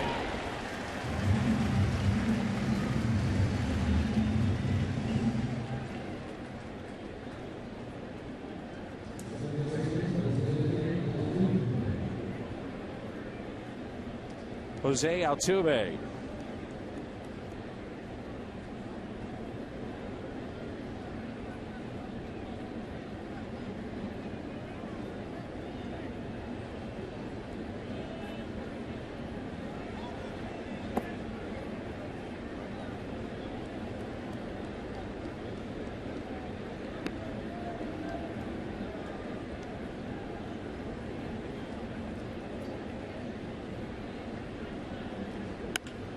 Ripped out to left and over the head of Matt Holliday. Better hurry up with that scouting report. Altuve is in with a double. That really should be his third. Remember, he slipped going around the bag at first. It's an A-ball last year, so he has a little pop in his bat. Young second baseman from Venezuela. He kind of reminded me a little bit of the Astros catchers that had that great day against us. Mr. Tolles. He safely rounded first, by the way, Altuve. Tolles had a career night against us. He really hasn't been the same since then, though. Remember, at that time, they thought he was the heir apparent to Brad Ausmus, who was tremendous for many years with Houston. Strike on the outside corner to Quintero.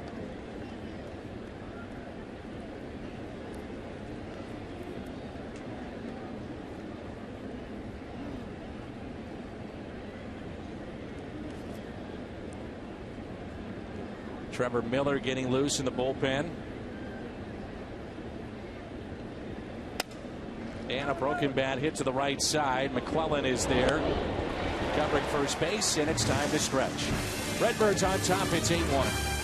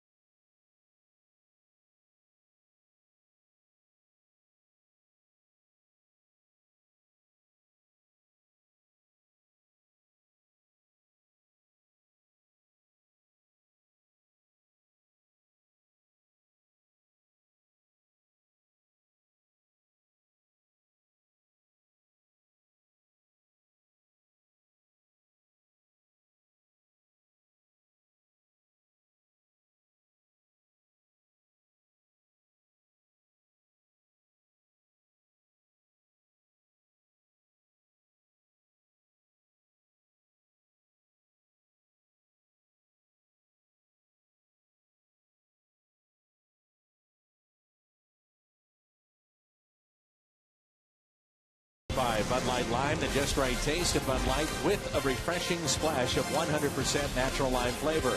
By Bank of America, where ATM deposits are as easy as an infield fly. No deposit slip, no envelope with Bank of America, member FDIC. And by AT&T. All Cardinals tonight here in Game 1 of the 4-game series. 8-1. Pujols, Holiday, and Descalso. Understand that Jason Isringhausen struck out Brandon Phillips with the bases loaded to get the save in Cincinnati.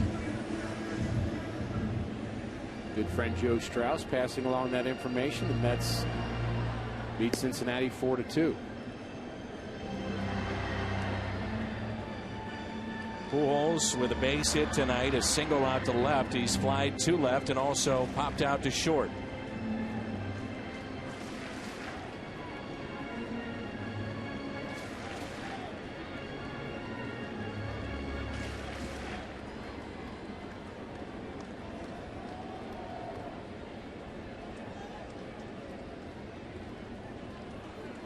First pitch to Albert.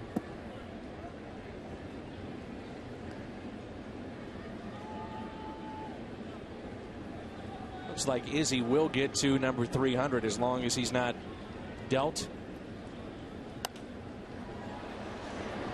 The way he's pitching, you got to think that there's some teams that are taking a hard look at him as Lee is over and the catch is made by Quintero. Would you agree? And I would guess that he would rather be on a winning team with a chance to be in the playoffs than get 300 saves, but it's outstanding that he's got people wanting him. I disagree. You'd rather him lose? You think you'd rather lose? I think he'd like to be the closer. I really do. Yeah, but get to 300. 300 has been so important for him. But if he had a chance to go to a contender and play in the playoffs in a meaningful game, I would hope that's what he would rather have. Let's put it that way. Me too.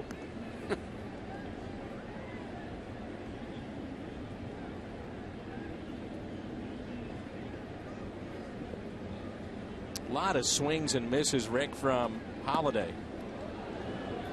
Noted that earlier. He has been on base twice with a single and a walk. And he's been late on a lot of those swings and misses. Timing just off a bit. 1-1 pitch.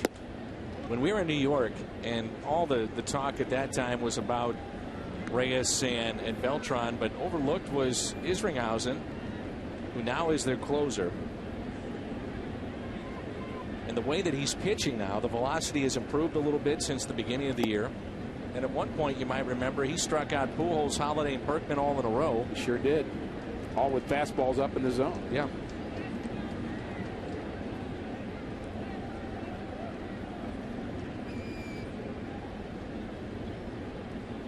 I don't think it would happen. I know there's some fans that have asked us about Izzy and the Cardinals' interest in Isringhausen. I think everything that he went through, I just don't see that being a fit.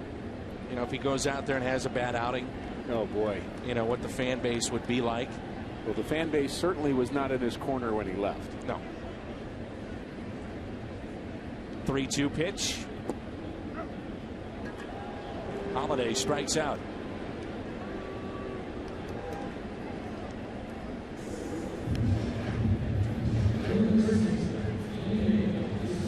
First plate appearance of the night for Descalso. Well, maybe we can see if he gets to 300 before the deadline. Then you don't have to worry about it. Then he can go series somewhere. Best of both worlds. There you go.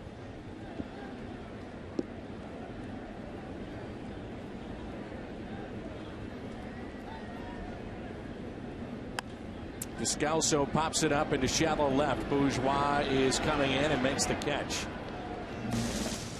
We head to the 8th, and it's 8-1.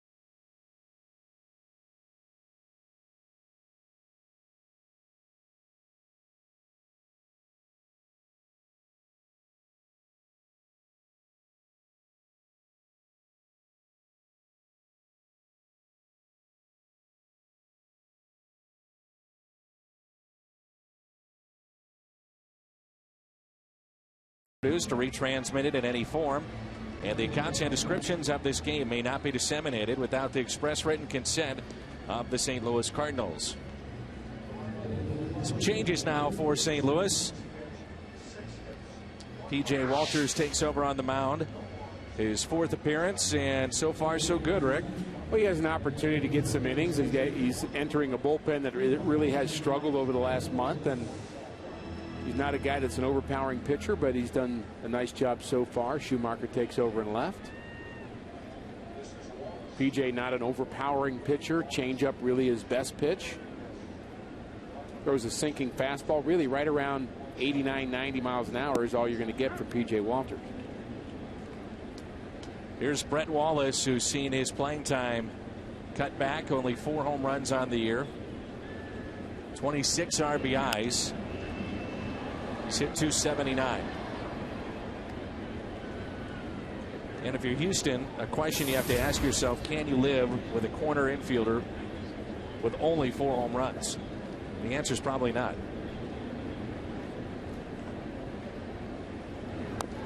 Depends on what you mean by living.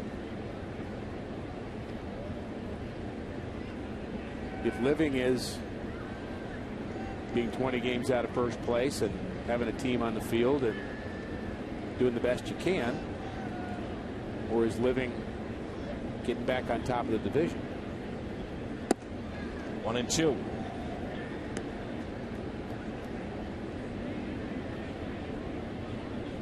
I think it'll be a while before the Astros go back to living on top of the division again. Slap the other way and foul. There's too many holes to fill.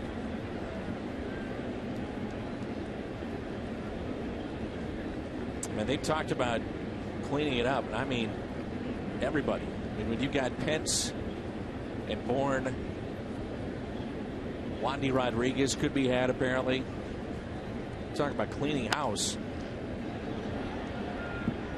Best 5-year plan guys I ever saw were John Hart and Dan O'Dowd with the Cleveland Indians. They laid it out. I was coaching with them in the minor leagues. They laid out in 4 years, next 4 years we're going to be terrible.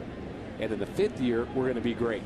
And here's how we're going to do it. And it took them that long to develop Manny Ramirez and Jim Thome and Chad O.J., the pitcher, many young players with talent. But by the time they got to the big leagues, they were ready to win. Then they went out and got the other pieces via free agency and trades to make these young guys kind of a full team. It wasn't the other way around. It wasn't filling the young guy. And that's really what you've got to do. You have to be patient enough for all your young players to get to that level, then start spending money to fill in the blanks. How many owners or organizations, though, are that patient?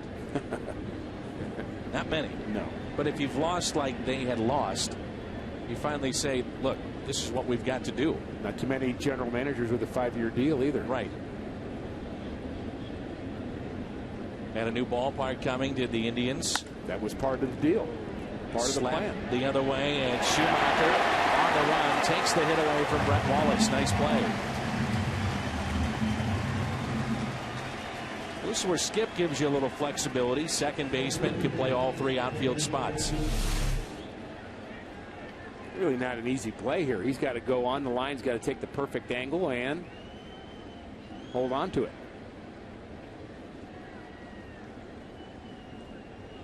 Skip really is a good athlete. To be able to do what he's done at this level, very, very impressive. McClellan, his line, 7 innings, 1 run, 6 hits. No walks. He struck out 5, 1 sacrifice. 96 pitches for Kyle McClellan.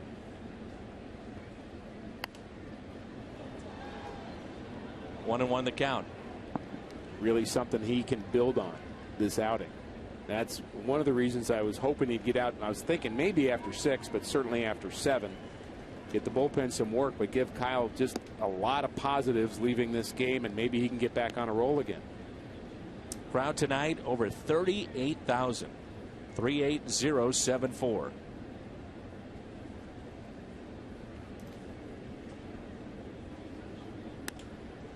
There's a base hit into right center. Michael Bourne with a 1-out single. Well, Houston trailing in this game 8-1. And some mistakes, Rick, by the outfield. Yeah, this was mistake number one. Hunter Pence, well, I'm not sure what happened. He started to try to catch that ball like he was standing on ice. His feet just came out from under him. And then the center fielder, Michael Bourne, tried to get rid of the ball from center field. He slipped and fell. In this play, I'm not sure what happens with Bourgeois. He doesn't even have his glove down, ready to catch that ball. I can't blame that one on the field. That's just really improper technique by the left fielder. But kind of a lot of action going on in the Astros defense. They are next to last defensively in the National League. Here's Bourgeois. No balls and a strike with one out and a runner at first. Little floater into right, base hit. PJ's not fooling anybody right now. 2 of the 3 made it onto the base paths, and the first one line out. There was a fine play by Schumacher. Here's Hunter Pence.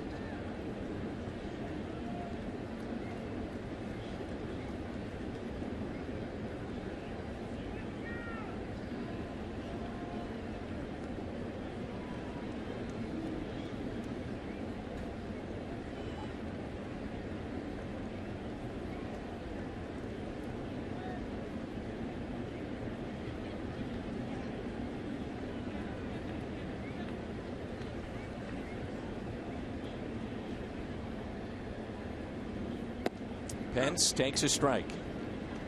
Breaking ball from Walters is not a real sharp breaking ball. It's just kind of a little bender. That one right there hung on the inside part of the plate. Hunter Pence is not a good breaking ball hitter, but he can hit a bad breaking ball. 0-1 pitch. 0-2.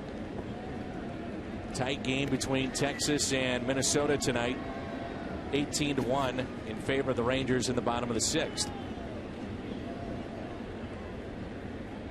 18-1. Twins are going to be in it before it's over.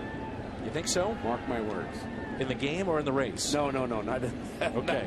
No, this game is. We had to clarify. No. This game's long gone. I'm sure there's an infielder pitching right now in that game. At that point, I would have said, no. You are out of your mind. But that's not the case. At least not for that reason. Minnesota 7 games out. Detroit leads their division by 2 over Cleveland. Chicago 4.5 games out. Minnesota 7. And you have Kansas City at 42 and 59, and they are 12 games out.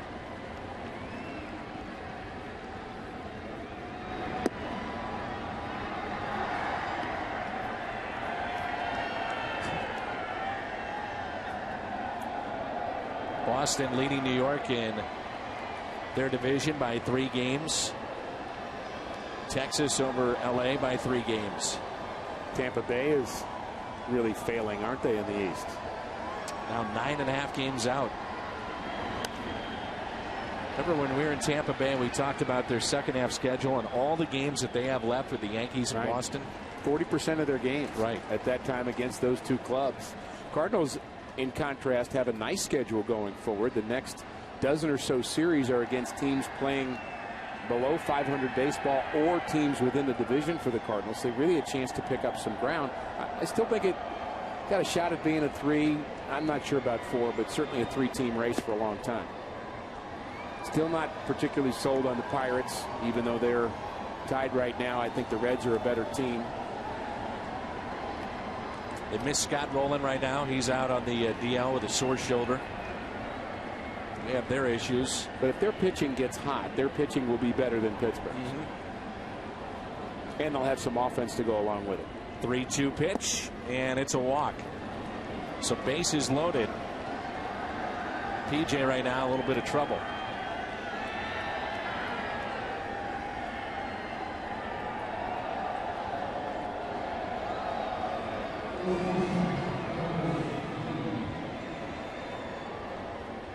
Boggs is getting loose in the Cardinal bullpen. Carlos Lee due up with the bases loaded. One swing of the bat could be 8-5.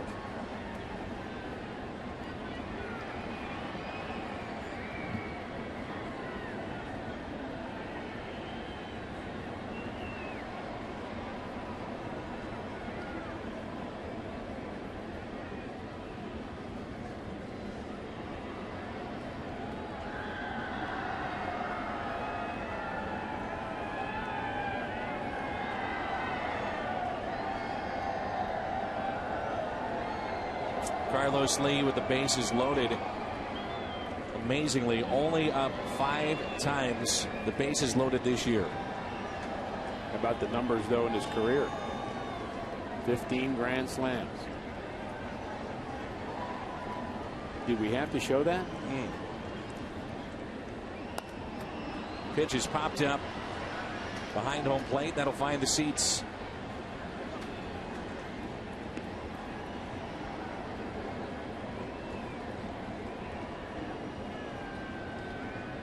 When you think of grand slam home runs, who do you think of? What name comes to your mind? Pujols. I think Lou Gehrig. That would be on my list too.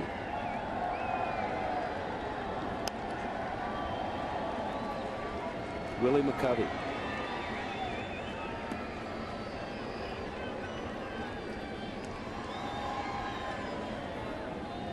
Chris Carpenter has one. That was in Cincinnati. Yes, it was. Why I can remember useless things like that. I think Joaquin Andujar hit one. I believe he did.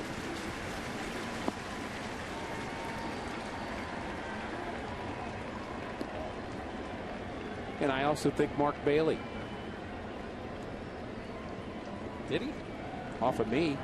Oh, so you better remember it. I remember that one really well.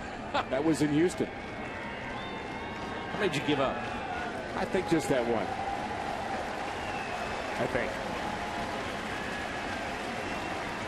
Cardinals want to see a double play here. 1-2 on Lee. 8-1 here in the 8th. Much better thing to talk about. Double play. Or strikeout, but now it's 2-2.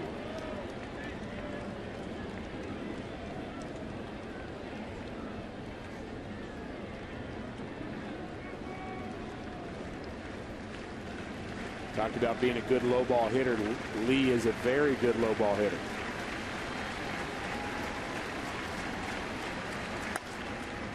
Out of play. Which presents a problem for P.J. Walters because that's where he's trying to go, is down.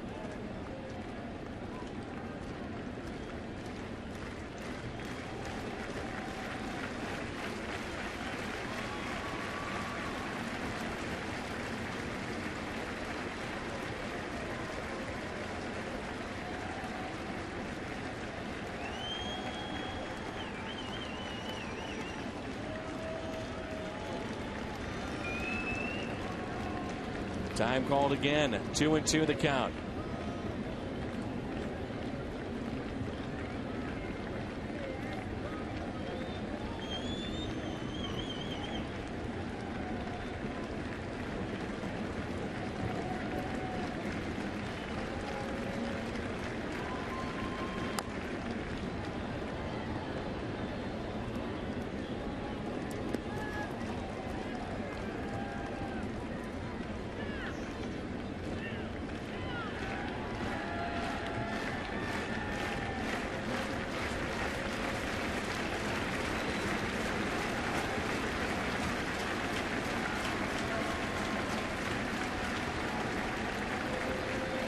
Two pitch to Carlos Lee. Jammed him, popped up. Molina giving chase, out of play. I think what we're seeing right now is that P.J. Walters really does not have the put away pitch for Carlos Lee. He was ahead of him in the count 1-2. And that pitch, that strikeout pitch, that kind of blow you away pitch that you need in this situation with the bases loaded, that's not really his style. He has had games in the minor leagues where he's had high numbers of strikeouts. I think that's on mostly breaking balls and guys kind of free swinging. But Carlos Lee is very difficult to strike out. In fact, he is in the top 10. Time had been called and granted to Carlos Lee.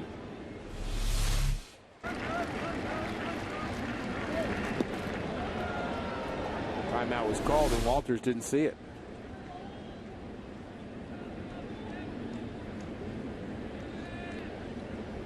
Mentioned tough to strike out. Albert Pujols, Ryan Theriot, Yadier Molina, very good in that regard. Carlos Lee 10th in the National League. So you want him to put the ball in play to your shortstop. Here's a 2-2.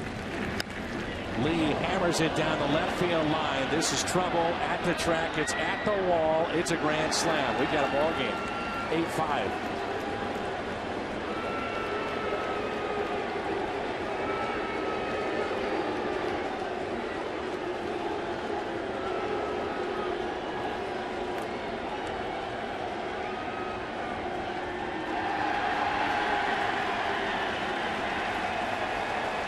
Lee is 2 for 2 off of Walters, and both have been this home runs.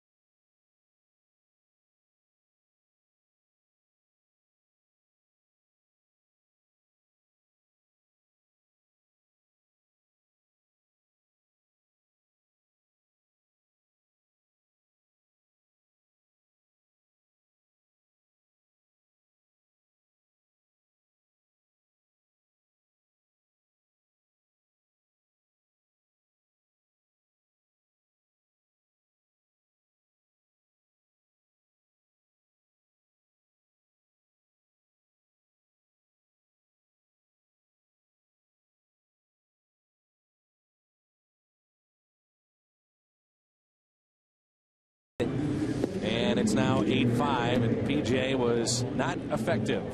And the game has gotten uncomfortably close here in the 8th inning. 8-5 Cardinals. Mentioned 9-9 in hits now. Mitchell Boggs is going to have to kind of stop the bleeding here. Have Chris Johnson, who has not looked very good at the plate. Expect to see him get his sliders until he proves he can hit it. Let's see if he chases a bunch now. Just about to say that that's how McClellan was able to strike him out a couple of times tonight.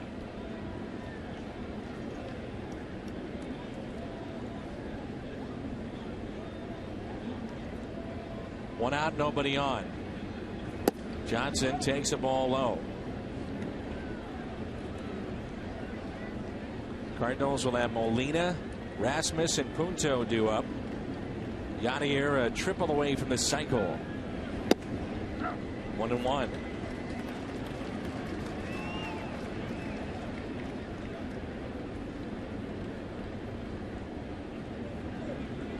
Slider chase right here. Nope. Goes with it. This could be trouble. Slicing, fair ball. Jay gets it back in. Maybe it should have been slider chase. Man on deck represents potentially the tying run in this game.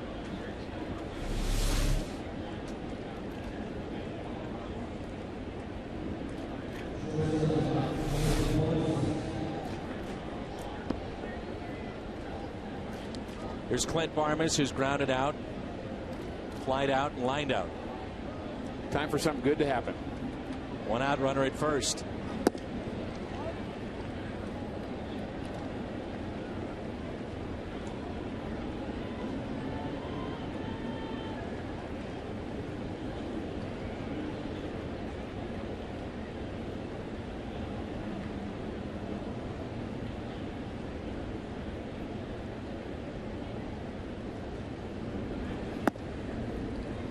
Two and 0.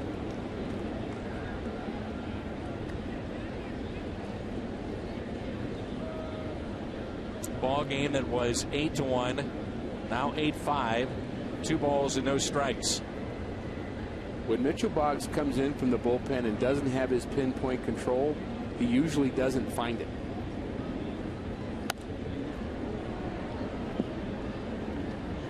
Now, if he's got it, he comes in throwing strikes. I would think he would be a pretty easy pitcher to read for Dave Duncan and Tony La Russa as to whether or not he's got his command or not.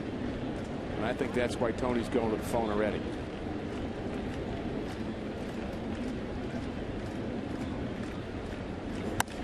Ground ball, could be 2. Terrio gets the lead man. Nice play.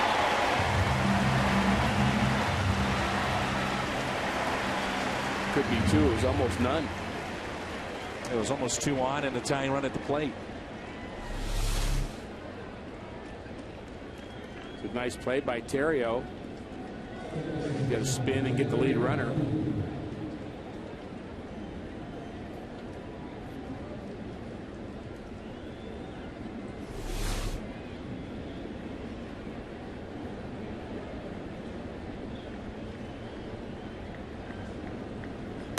Altuve, big night, 3 hits, pair of doubles.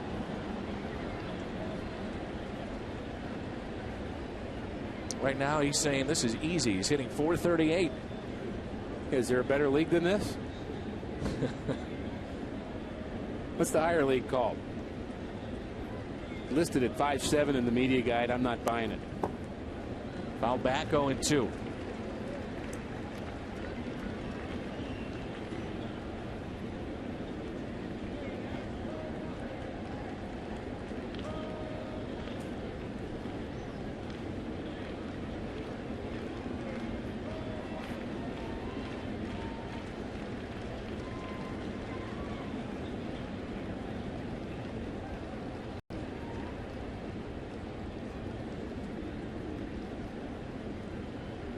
Here's the 0-2. Reaching for it. Into center. Diving catch. In center field. Colby Rasmus.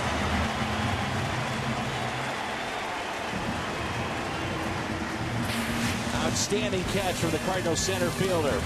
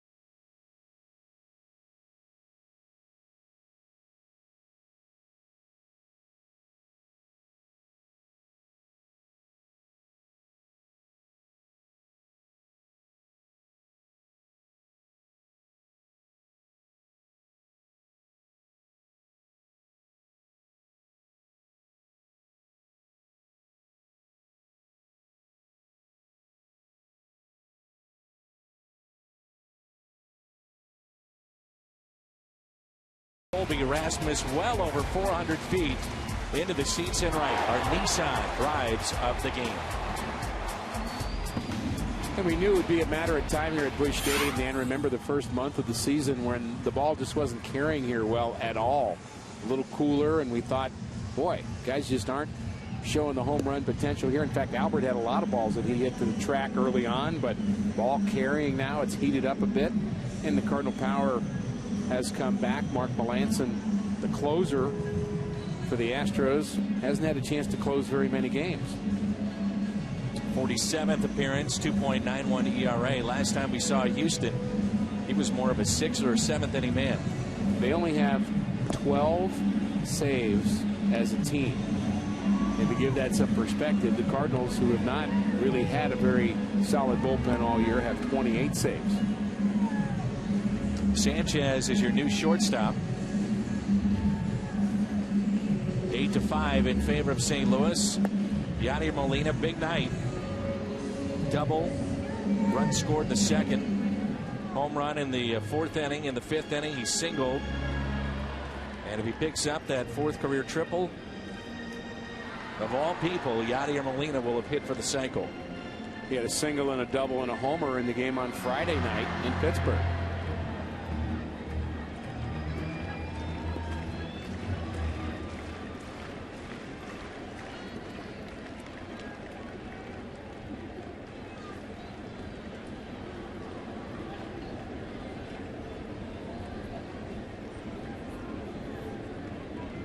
First pitch to Yadi.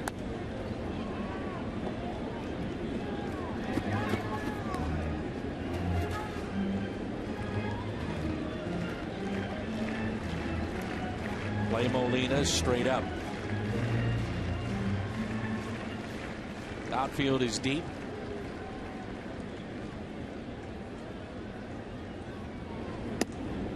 Oh, 0-2.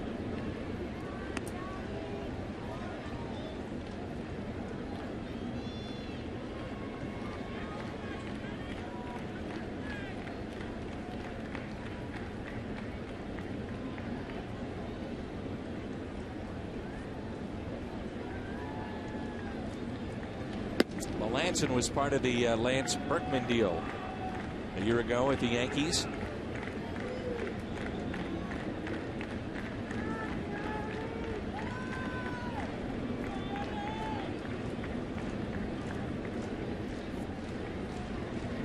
One-two pitch on the inside corner to strike out of Molina. That's how we start the bottom of the eighth. You can't call a guy out on this pitch when he's trying to get a cycle, can you? He just did.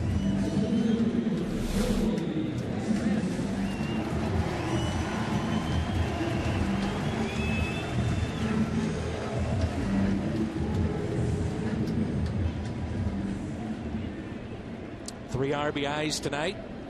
Diving catch in center. Home run for Colby.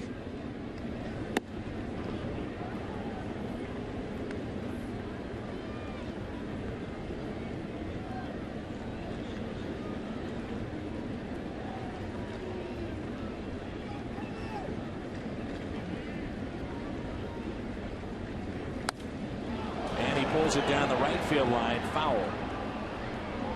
0-2.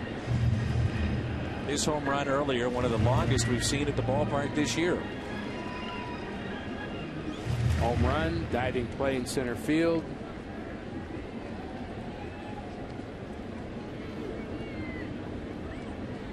Maybe he's trying to make a statement.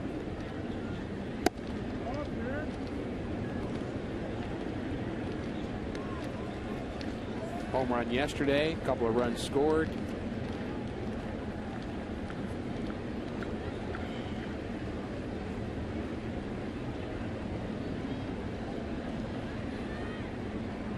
On 1-2. So what you're saying, Rick, he's showing you a little bit of everything and why, even if you did deal Colby Rasmus, it's one of those where you wince a little bit, not knowing what may happen. Anytime you make a deal, you wince a little bit. You just hope that what you get back makes you smile a little bit more. A 2-2 pitch. I'm sure the Cardinals winced a little bit when they gave up Ernie Broglio. 20-game winner. Good young pitcher. But Lou Brock was enough to make you smile for about 20 years. 3-2. Ball 4-2 Rasmus.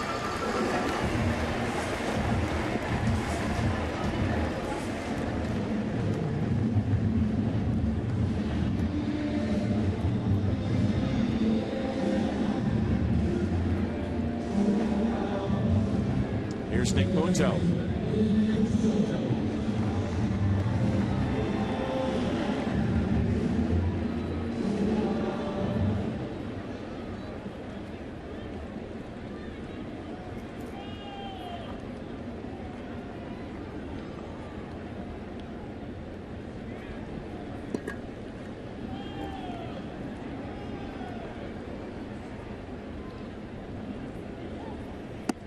Inside, throw down for a pickoff, and not in time.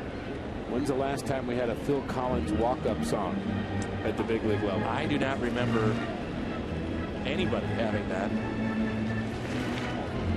I do think of Mike Tyson in The Hangover listening to that song.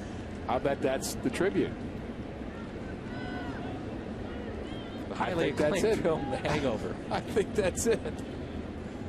I'm laughing because I've seen it. 2 balls and no strikes. That's a good scene. Oh, it's all starting to make some sense to me. I'm gonna have to ask Nick if that is the tribute.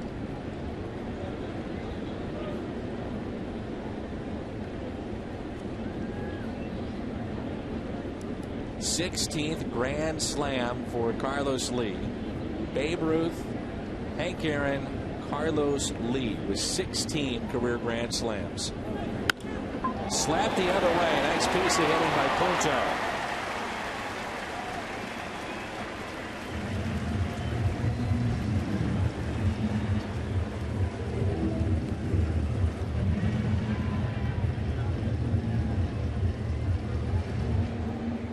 Second grand slam against P.J. Walters.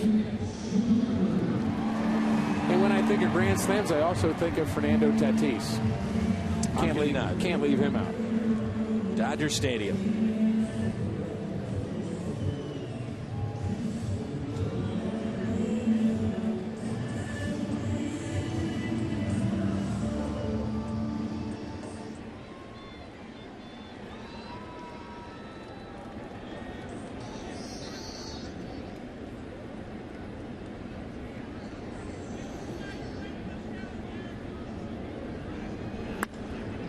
That's a base hit for Schumacher. Rasmus will score. The Cardinals lead it 9-5. Some insurance here in the 8th.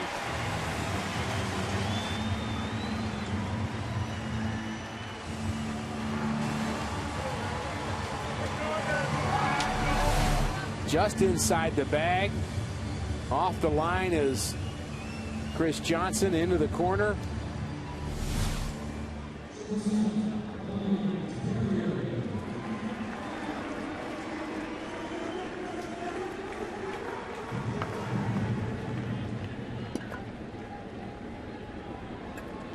Here is Ryan Theriot. Theriot is hitless tonight. 1 out. Runners at first and second. Right-hander getting loose for Houston. There's a fly ball lifted into shallow right. Hunter Pence is over. Makes the catch. And he thinks there's 3 outs. Punto tags out from second to third. He thought there were 3 down.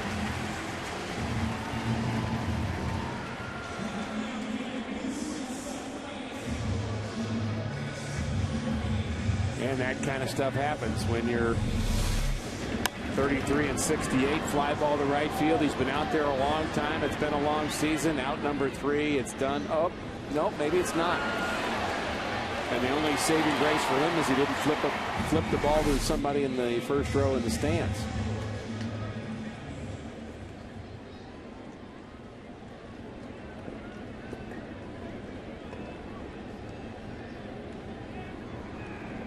John Jay with 2 outs.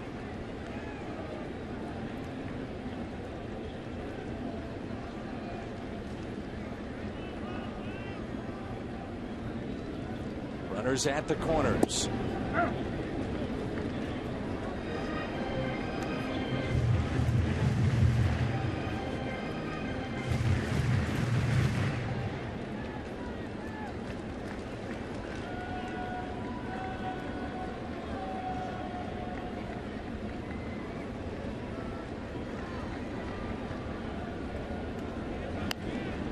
Out of play.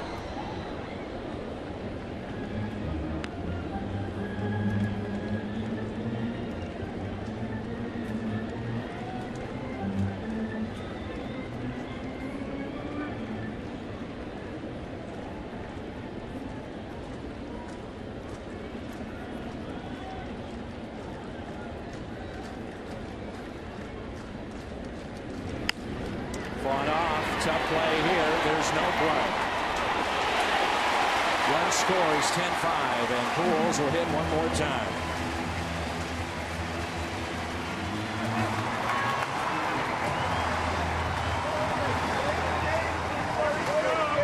And the Cardinals have knocked this out of being a save situation for Fernando Salas, and the only person who cares about that is Fernando Salas. This game started to get a little bit too close, but the Cardinals have responded here in the 8th inning with a couple of runs. Haven't really hit the ball that hard, but they found the holes.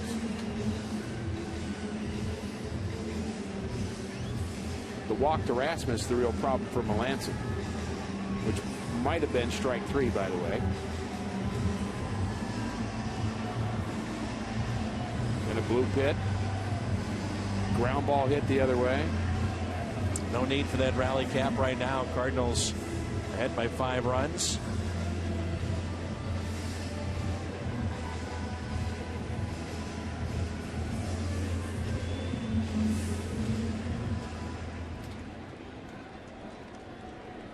Maybe it's a I want to see Albert go deep catch.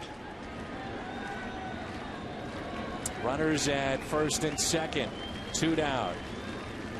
10-5 St. Louis. The pitch to Albert Pujols.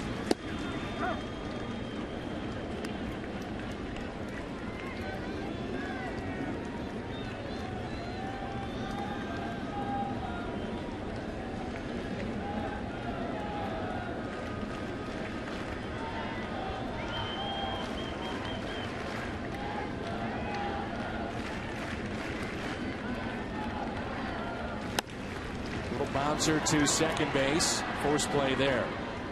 Cardinals pick up 2. They lead it 10-5.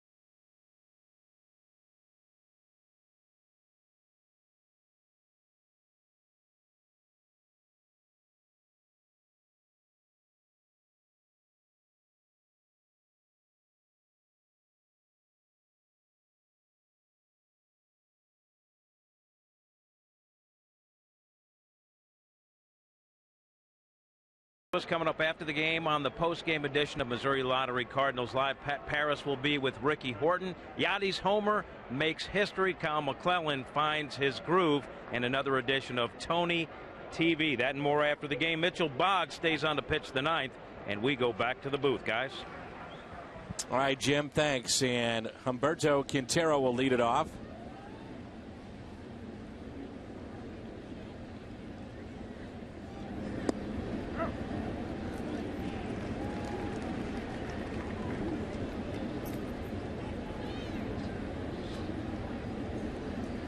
Boggs in his second inning of work.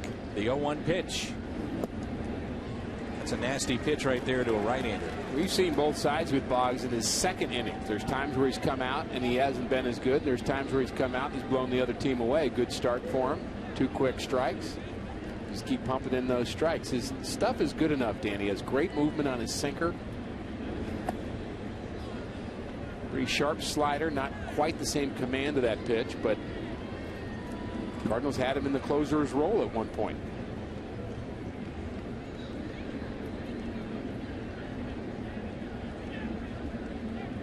Here's a 1-2. Back to him.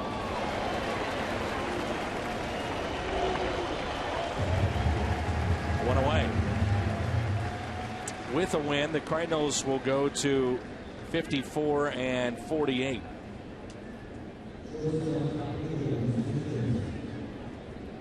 Chris Carpenter had a couple of hits in his last start. Now he thinks he's a hitter.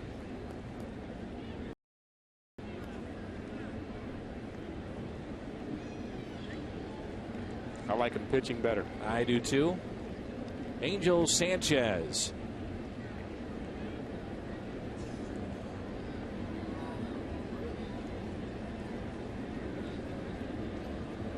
One out, nobody on.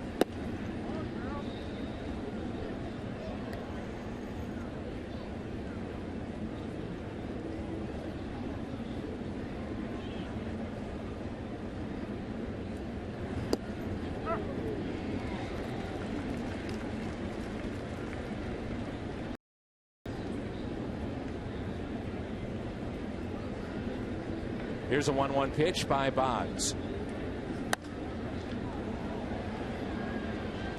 Sanchez pinch hitting in the 9th spot in the lineup. Brad Mills. Houston on the verge of losing their 4th straight.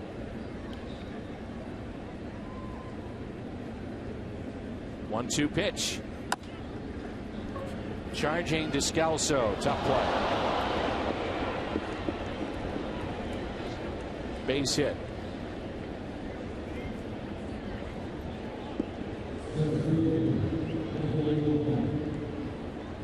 Seen some nice plays out of Daniel Descalso. He really made some good plays at shortstop on this last road trip. Looked pretty smooth, just didn't get the right hop there. Kyle McClellan is our Budweiser player of the game. 7 innings, 6 hits, a run. It was earned. No walks, and he struck out 5.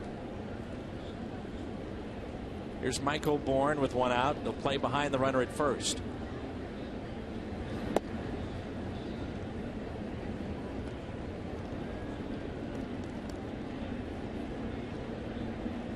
One for Ford tonight.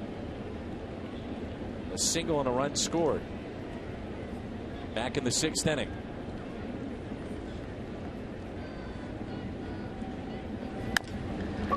Chopper towards second. Out there.